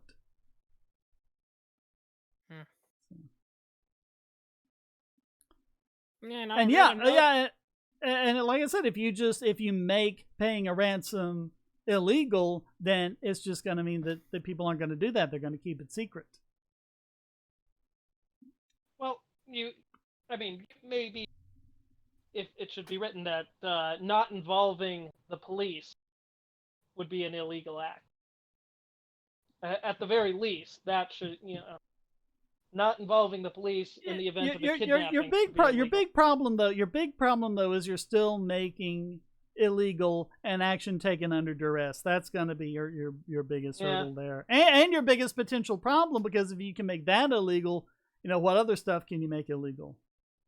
Well, see, the thing is that if you are rewarding people for engaging extremely harmful criminal activity like kidnapping or terrorism, then if you're creating a profit incentive for that, then that's that I would argue is, well, but it's not rewarding them any more than it's rewarding them to hand over your wallet when they point a gun in your face and say your money or your life.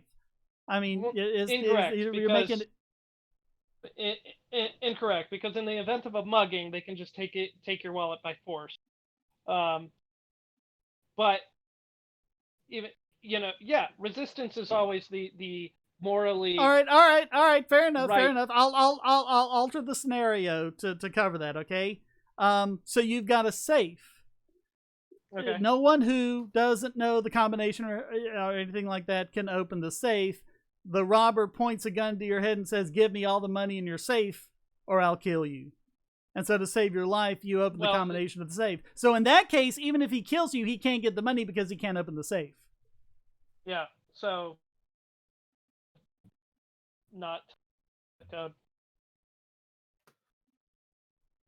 I think you're cutting out. It's the moral thing. Is the ethical choice to make there is to still resist and say no. Tell me. It might be the ethical thing to do, but how could you make it illegal to save your life? Maybe in that, maybe in certain circumstances, yeah, there isn't so much of an ethical obligation to do this that it's reprehensible. Well, but I think in a lot of cases, I'm just gonna say this. So this will probably. Hopefully this will end it. Look, if it's the moral thing to do, like it's legitimately moral, then you don't need to enforce it. Because people will naturally do it. Well, here's the thing. Because this started with an example of ransomware, where the cost is $2 million to recover your files, but it costs $700,000 to pay the hijacker. I think that action is so to pay the $700,000 to save $2 million is so reprehensible that should be illegal. Well, where do you draw the line? What if the ransom was 5 cents? Would it be illegal to pay them the 5 cents? Same. Yeah, same. Yeah. I would say there is no line. You can't pay the 5 cents. You absolutely cannot submit a payment to somebody holding your files for.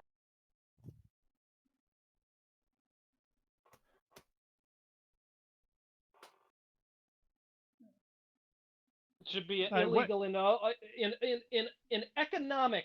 I will say in economic, where only money is on the line. If human lives are on the line, well, that is a lot harder, I'll admit, to defend that decision. But if it's strictly economic, absolutely cannot pay your ransom. I think that should be illegal. All right, Zero says, where does utilitarianism fit into law beyond the most obvious rules in situations involving private property? I don't even think you have utilitarianism there. Utilitarianism would be kind of a horrible thing to try to put into law.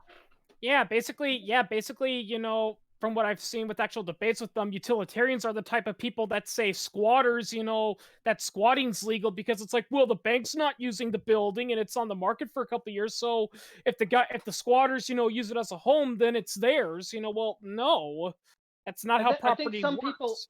Some people, I think, are misapplying utilitarian arguments to make that, but I can make a utilitarian argument for why squatting should be illegal. Because if it's a policy, if that's your policy, that can lead to economic consequences that ultimately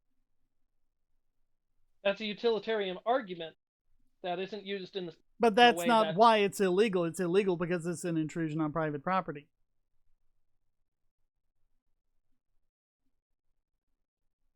Yeah, and fourth route, But- JC but- Armitage wants to know if you're a statist. No, I'm not a statist. And I Rainbow- just like to play. I am surrounded by libertarians in this Discord, so I like to play devil's advocate. Okay. No, if that's you see cool. me talking to normal people, I am just as libertarian as everyone else here. Yeah. No, that's cool. I love it when you do that. Rainbow Asteroid says, I'm going to be in the background writing ransomware for a privacy coin like Monero. They're already there. They're already doing that. They started out doing it with Bitcoin, ended up being too easy to trace, and now they're done through privacy coins like Monero. They're already there. They beat you to it. Yeah. Same thing with like when hackers like take over your computer or an IoT device to put a cryptocurrency miner on it. They started doing that with Monero, so they can find out who's writing the malware to do that. I will say this, Shane. It's one thing that really really makes me angry, because I have heard people say this. They're like, and it kind of goes back to what we said at the beginning. They're like, well, if you don't want, your internet privacy to be violated, then don't go online. Well, there's an argument for that for an extent, but that's basically the equivalent of saying, well, if you don't want to be criticized for being, for your voice, don't talk. Just shut up, don't talk, and don't voice your opinion. Then people won't criticize you for it or whatnot. It's like, I understand when you say or post something, you do put your character on the line, but there's got to be kind of a limit, Yeah, if you don't like it, get out. Yeah, they're because here's the thing, people, hackers are basically the equivalent of people, like, if you open your mouth and they disagree with you, they're the equivalent of people punching you for speaking, Yeah. There's a huge difference between disagreeing and disrupting. Incidentally, we have had some dropouts. Snowflakes.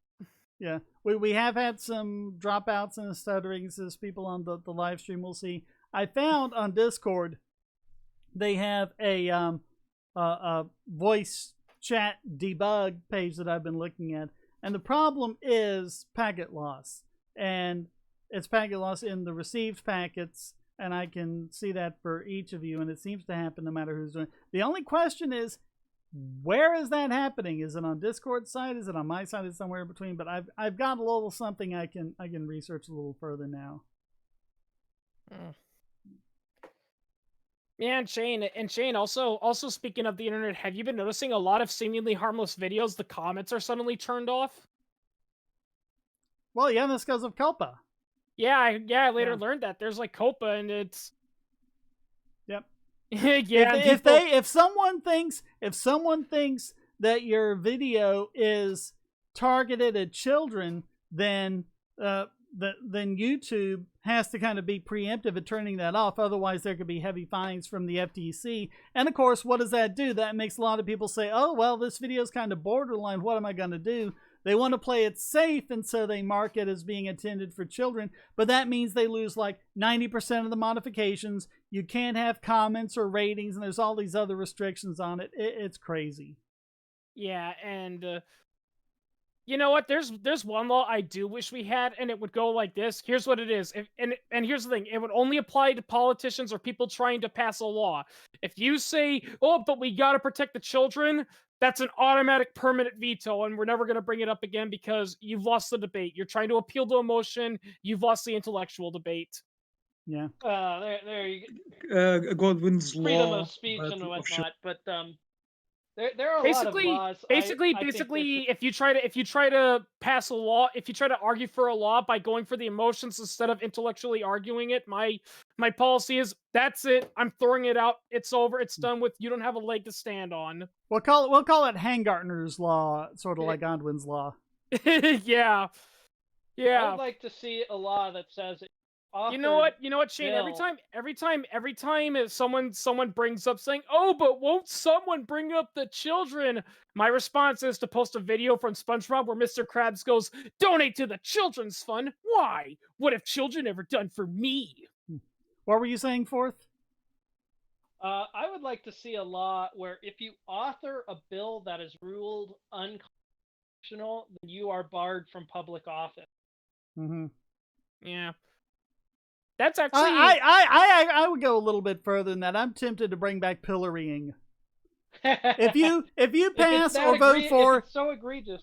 Yeah, if you vote for an unconstitutional law, then you get stuck in the pillory, and it's live streamed, and anyone can like donate $5 to have like there would be like this baseball pitching thing that would throw a tomato at them, and the proceeds would pay off the national debt, and and you can do it live over the internet. You can just throw rotten fruit at them. Kind of reminds me of that proposal that that one officer in All Quiet on the Western Front recommended. He says, look, I understand that there are serious issues that diplomacy can't solve, but I got a better idea. How about instead of sending millions of men to their death, why don't the two arguing politicians strip naked and fight it out in a boxing ring? They can sell tickets. Yep. Whoever wins the boxing fight his country's determined to be in the right. Why do they have to be naked? To prevent cheating, obviously. Oh, yeah. Historically speaking, boxing and wrestling was almost always done in the nude for that purpose.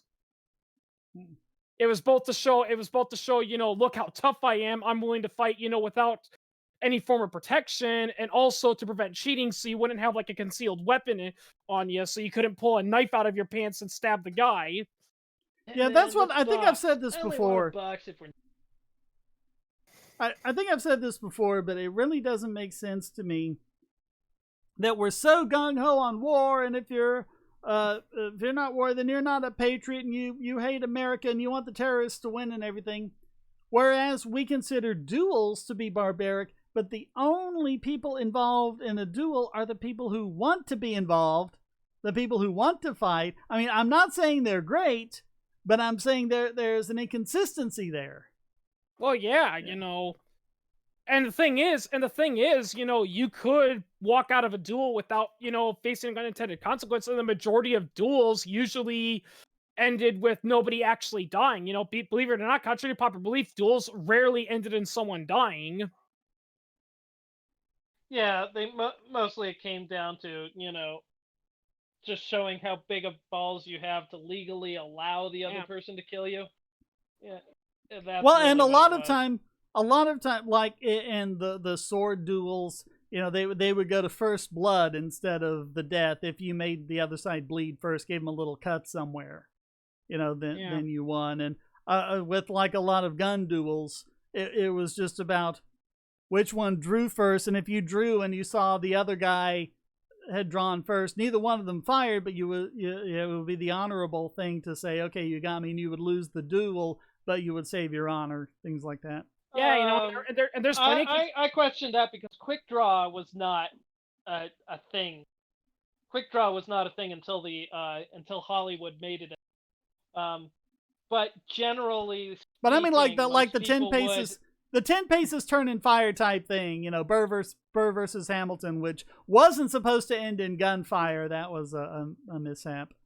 Yeah, actually, that's another thing too. A lot of times when stories about duels ending in someone dying, it's often because of something that happened. Like there was one duel between a pro-slavery judge and an anti-slavery Californian. And the judge challenged him to a duel, and he ended up killing the anti-slavery Californian. And the reason why he killed him wasn't because that was the terms. Rather, it was because they were using a type of revolver he wasn't used to. And as he was getting his gun ready to fire, it accidentally discharged. And the judge said, "Hey, you're trying to sneak a shot on me. I'm gonna kill you." Well, that's kind of what happened with Burr and Hamilton, because Burr's plan was to draw and point it at Hamilton but not fire. Hamilton's, and they both said this to people before the fact, Hamilton's plan was to waste his shot, fire off to the side, fire but deliberately miss.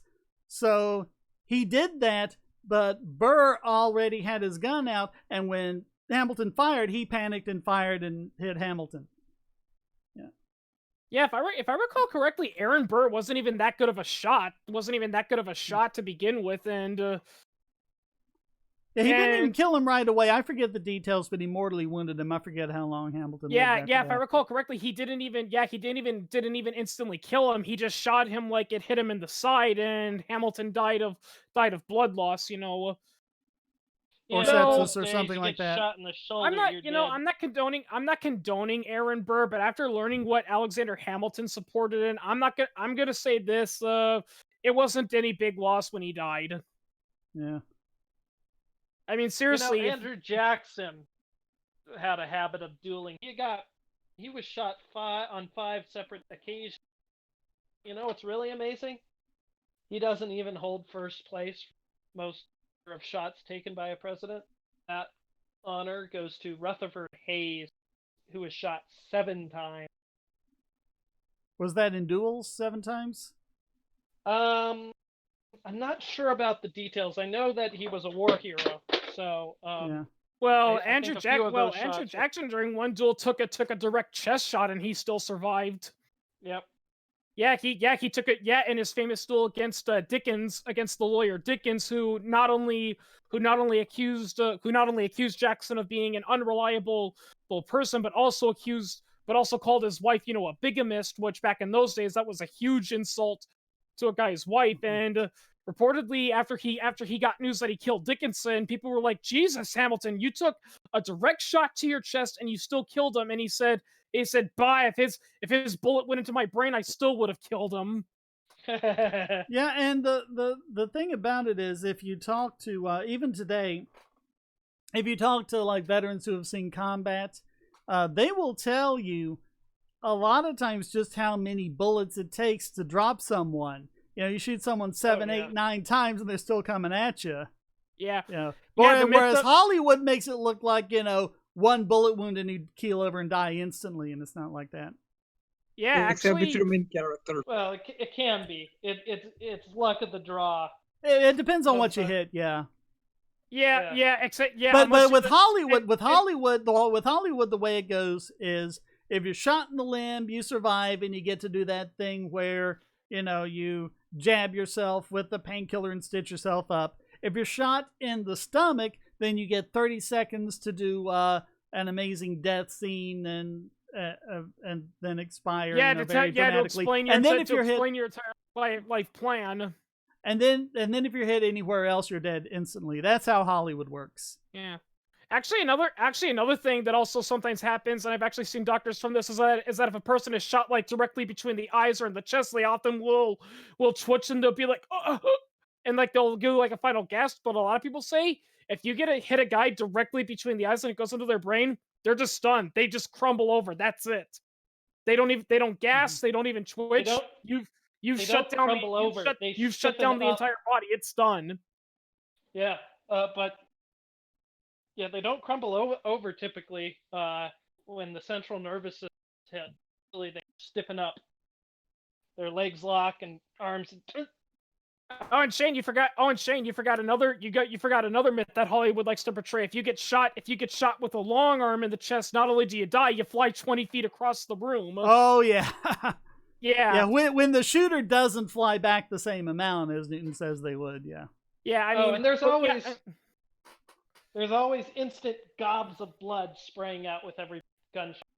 Yeah, that's actually Really? I love how Tarantino just completely took the Mickey out of that in Kill Bill by just having people bleed, spreading blood all over the place. Fountain. It's like you've got a greater volume of blood than is their entire body. Right. Yeah, There's I actually was watching this video about doctors reacting to Mortal Kombat fatalities, and they say that, contrary to popular belief, if you slice a guy in half, it's actually not as bloody as you think it is because the blood is coagulating and all that. And yeah, afterwards it'll start leaking up. But this idea that you slash a guy in half and blood sprays everywhere, that only happens if you hit a major artery. And even then, that's only going to happen if you decapitate them. And Tarantino was also playing around with the flying back thing in Django Unchained, because he's sitting there shooting people all over the place, and they're flying back, and not even in the same direction they were shot. Yeah. He just has so much fun with that. You can tell it's like a cartoon. Yeah, I like his movies because he's not trying to pretend that it's realistic, right? Right? Yeah. Trying to make it funny. Yeah, and like how one girl can take on 88, highly trained and heavily armed Yakuza assassins all at once. Oh yeah. And survive being buried alive. Yeah. Yeah, and it's pretty cut funny their that it's pretty swords funny with that her scene because sword. it's pretty funny in that scene because Uma Thurman is holding them back and like they literally have her surrounded and I'm just thinking, guys who are behind her, charge! You want her Yeah. dead, charge! Throw your swords at her. If Mm. everyone threw their swords at her at the same time, she couldn't dodge them. They did that in The Adventures of Briscoe County Jr., which was kind of sort of a parody of westerns. It was a science fiction western, but it had parody aspects. There was this one thing where, in the act out, they were shot in the chest and they keel over, and then they come back and they get up, and it's like the Dirty Harry thing where they have the metal plates under their chest that saved them. And Bowler was like, why did that work? It's like, well, these things are bulletproof. Well, what if they shot us in the head? Well, they never shoot you in the head. I think it's some kind of honor thing. Well, people usually don't aim for the head. I think I saw another joke like that. I think I saw another joke like that too, where a guy gets shot directly in the chest with a 44 Magnum and he still dies. But his partner's like, "Ha! Well, good thing he's wearing his bulletproof armor." And he's like, "He's dead, but it didn't penetrate his skin. How'd he die?" Well, the bullet hit him with enough force that he died from internal injuries. That can happen. Yeah, those things aren't perfect. Yeah, I actually spoke to a police officer who actually was shot, and it didn't penetrate his skin because he had his bulletproof vest. But he said it still hurt, and I still had a giant mark on my chest, for several weeks afterwards because it did cause bruising. JC Yeah, Armitage, it can those cause people were not wearing armor. Just to be clear, that's just shots to the body. It's amazing how many places you can be shot in the body and not die. Well, yeah, trauma through those vests can break ribs, and when the ribs break, they can splinter. Well, yeah, Yeah. people, Shane, I'll bring this up about the M16. A lot of people like to complain about, it's like, oh, the 223 doesn't have enough stopping power. According to a lot of military guys I've talked to, stopping power is a myth. The guy said, I've heard guys say, look, I've seen men get shot by AK-47 rounds, the 7.92 Soviet. I've seen people get shot by 308 rounds several times, and while they still, struggle because they've been physically damaged, they still have enough adrenaline and stamina to keep going for a little bit. Well, That's why you have to drop their blood pressure is what you have to do. Yeah, that's why when we're training with our with our weapons, we're trained put 4 or 5 rounds in their chest and move on, because that's really the practical amount that's going to make them go down, because that's going to do enough damage to drop their blood pressure. Mm-hmm. Well, guys, this has been a lot of fun, but it's time to start wrapping it up. What were you saying there, Fourth? Oh, I was going to say I saw an interesting video that looked at all the statistics of defensive gun use and identified that above about a 38, basically all the bullets are the same. They have the same stopping power. Yeah. Well, and really, you'll do a lot better by using a hollow point than by getting a higher caliber. Because I mean, if you just get a stronger bullet and it just over penetrates, then that's energy that's not being put to its proper use. Yeah. Oh, but Shane, hollow point bullets are cruel because of the wounds, And I've actually heard from people saying they wish they could bring back hollow point bullets because, yeah, they inflict nasty injuries. But here's the thing, non-hollow point bullets have a habit of not breaking up. So if you're in a firefight, especially in an urban area, and tragically there are civilians in the area, there's a higher risk that you'll shoot the guy and you'll kill him, but the bullet goes behind him, ricochets off a wall, and bam, it hits a civilian. And that can and does happen. Yep. Yeah, Zero the says point of shooting somebody is to inflict severe bodily injury to stop the threat. Yep. Zero says human beings are either really fragile or really durable, depending on who you ask. Even if you ask the same person, if you ask, a doctor or a surgeon, they'll tell you that it's amazing, or a rescue worker, they'll tell you it's amazing some of the things they've seen people survive, but it's also amazing some of the times the little things kill them. So. That's just how it is. I'll just wrap this up real quickly. I have heard stories about. I heard a story one time from on Reddit about this one EMT worker who rescued this guy who he had like a ludicrously high alcohol level. Like he had like over like twice the lethal dose, and he also took a little drugs. And while he was violently sick, he recovered with no long-term injuries. And they're like, dude, how the hell did you survive that? There was a guy who was parachuting. His parachute failed to open, and he fell like however many thousands of feet, bounced 3 times, and survived. Yeah, with only like I think I heard that. Yeah, and all he had was a broken leg and a few broken limbs. He had some broken You bones. guys have heard about Phineas There's Gage. a few cases like course, yeah. that. Hmm. I've seen a video of a guy. His parachute didn't open, and basically the only way he survived is because he fell on some bushes. Mm-hmm. Or if you Yeah, fall on it's an happened. incline and roll with it or whatever. But I mean, you would think that a fall from that height is going to kill you instantly, and it generally does. But sometimes you just get lucky, and Yeah. it's amazing. Yeah, and on the other hand, sometimes stingrays kill people. So Yep. People who know a lot about animals, and especially venomous animals. Yeah. Yeah. Yep. Crocodile hunter. All right. Final thoughts. Yep, I'll go. Right. Anyone else? I'd just like to say, Shane, I appreciate you answering my questions every month. That's thanks for no taking problem. the time to do that. No problem. Thanks for your support. All right. Vega, you around? You got anything to say? Well, that was me. Oh, that was you. said That was you. Okay. What about Yeah. Tia Gopher? I don't have much to say. I don't know. Okay. Well, I'll just say thanks Just- for your support then. Yeah. Fourth, And anything to thank- say before we go? And thank you for you know, for making these the- awesome videos. Oh, you're welcome. So, I love it when these discords end.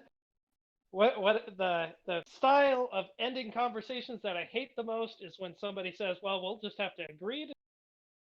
oh, I hate agree to disagree. I think I have a quickie on that. Yeah. Yeah. All right. Thanks so much, everyone. And thanks to all my supporters. Thanks to everyone in the chat room. And thank you for watching. Until next time, stay strong and be free.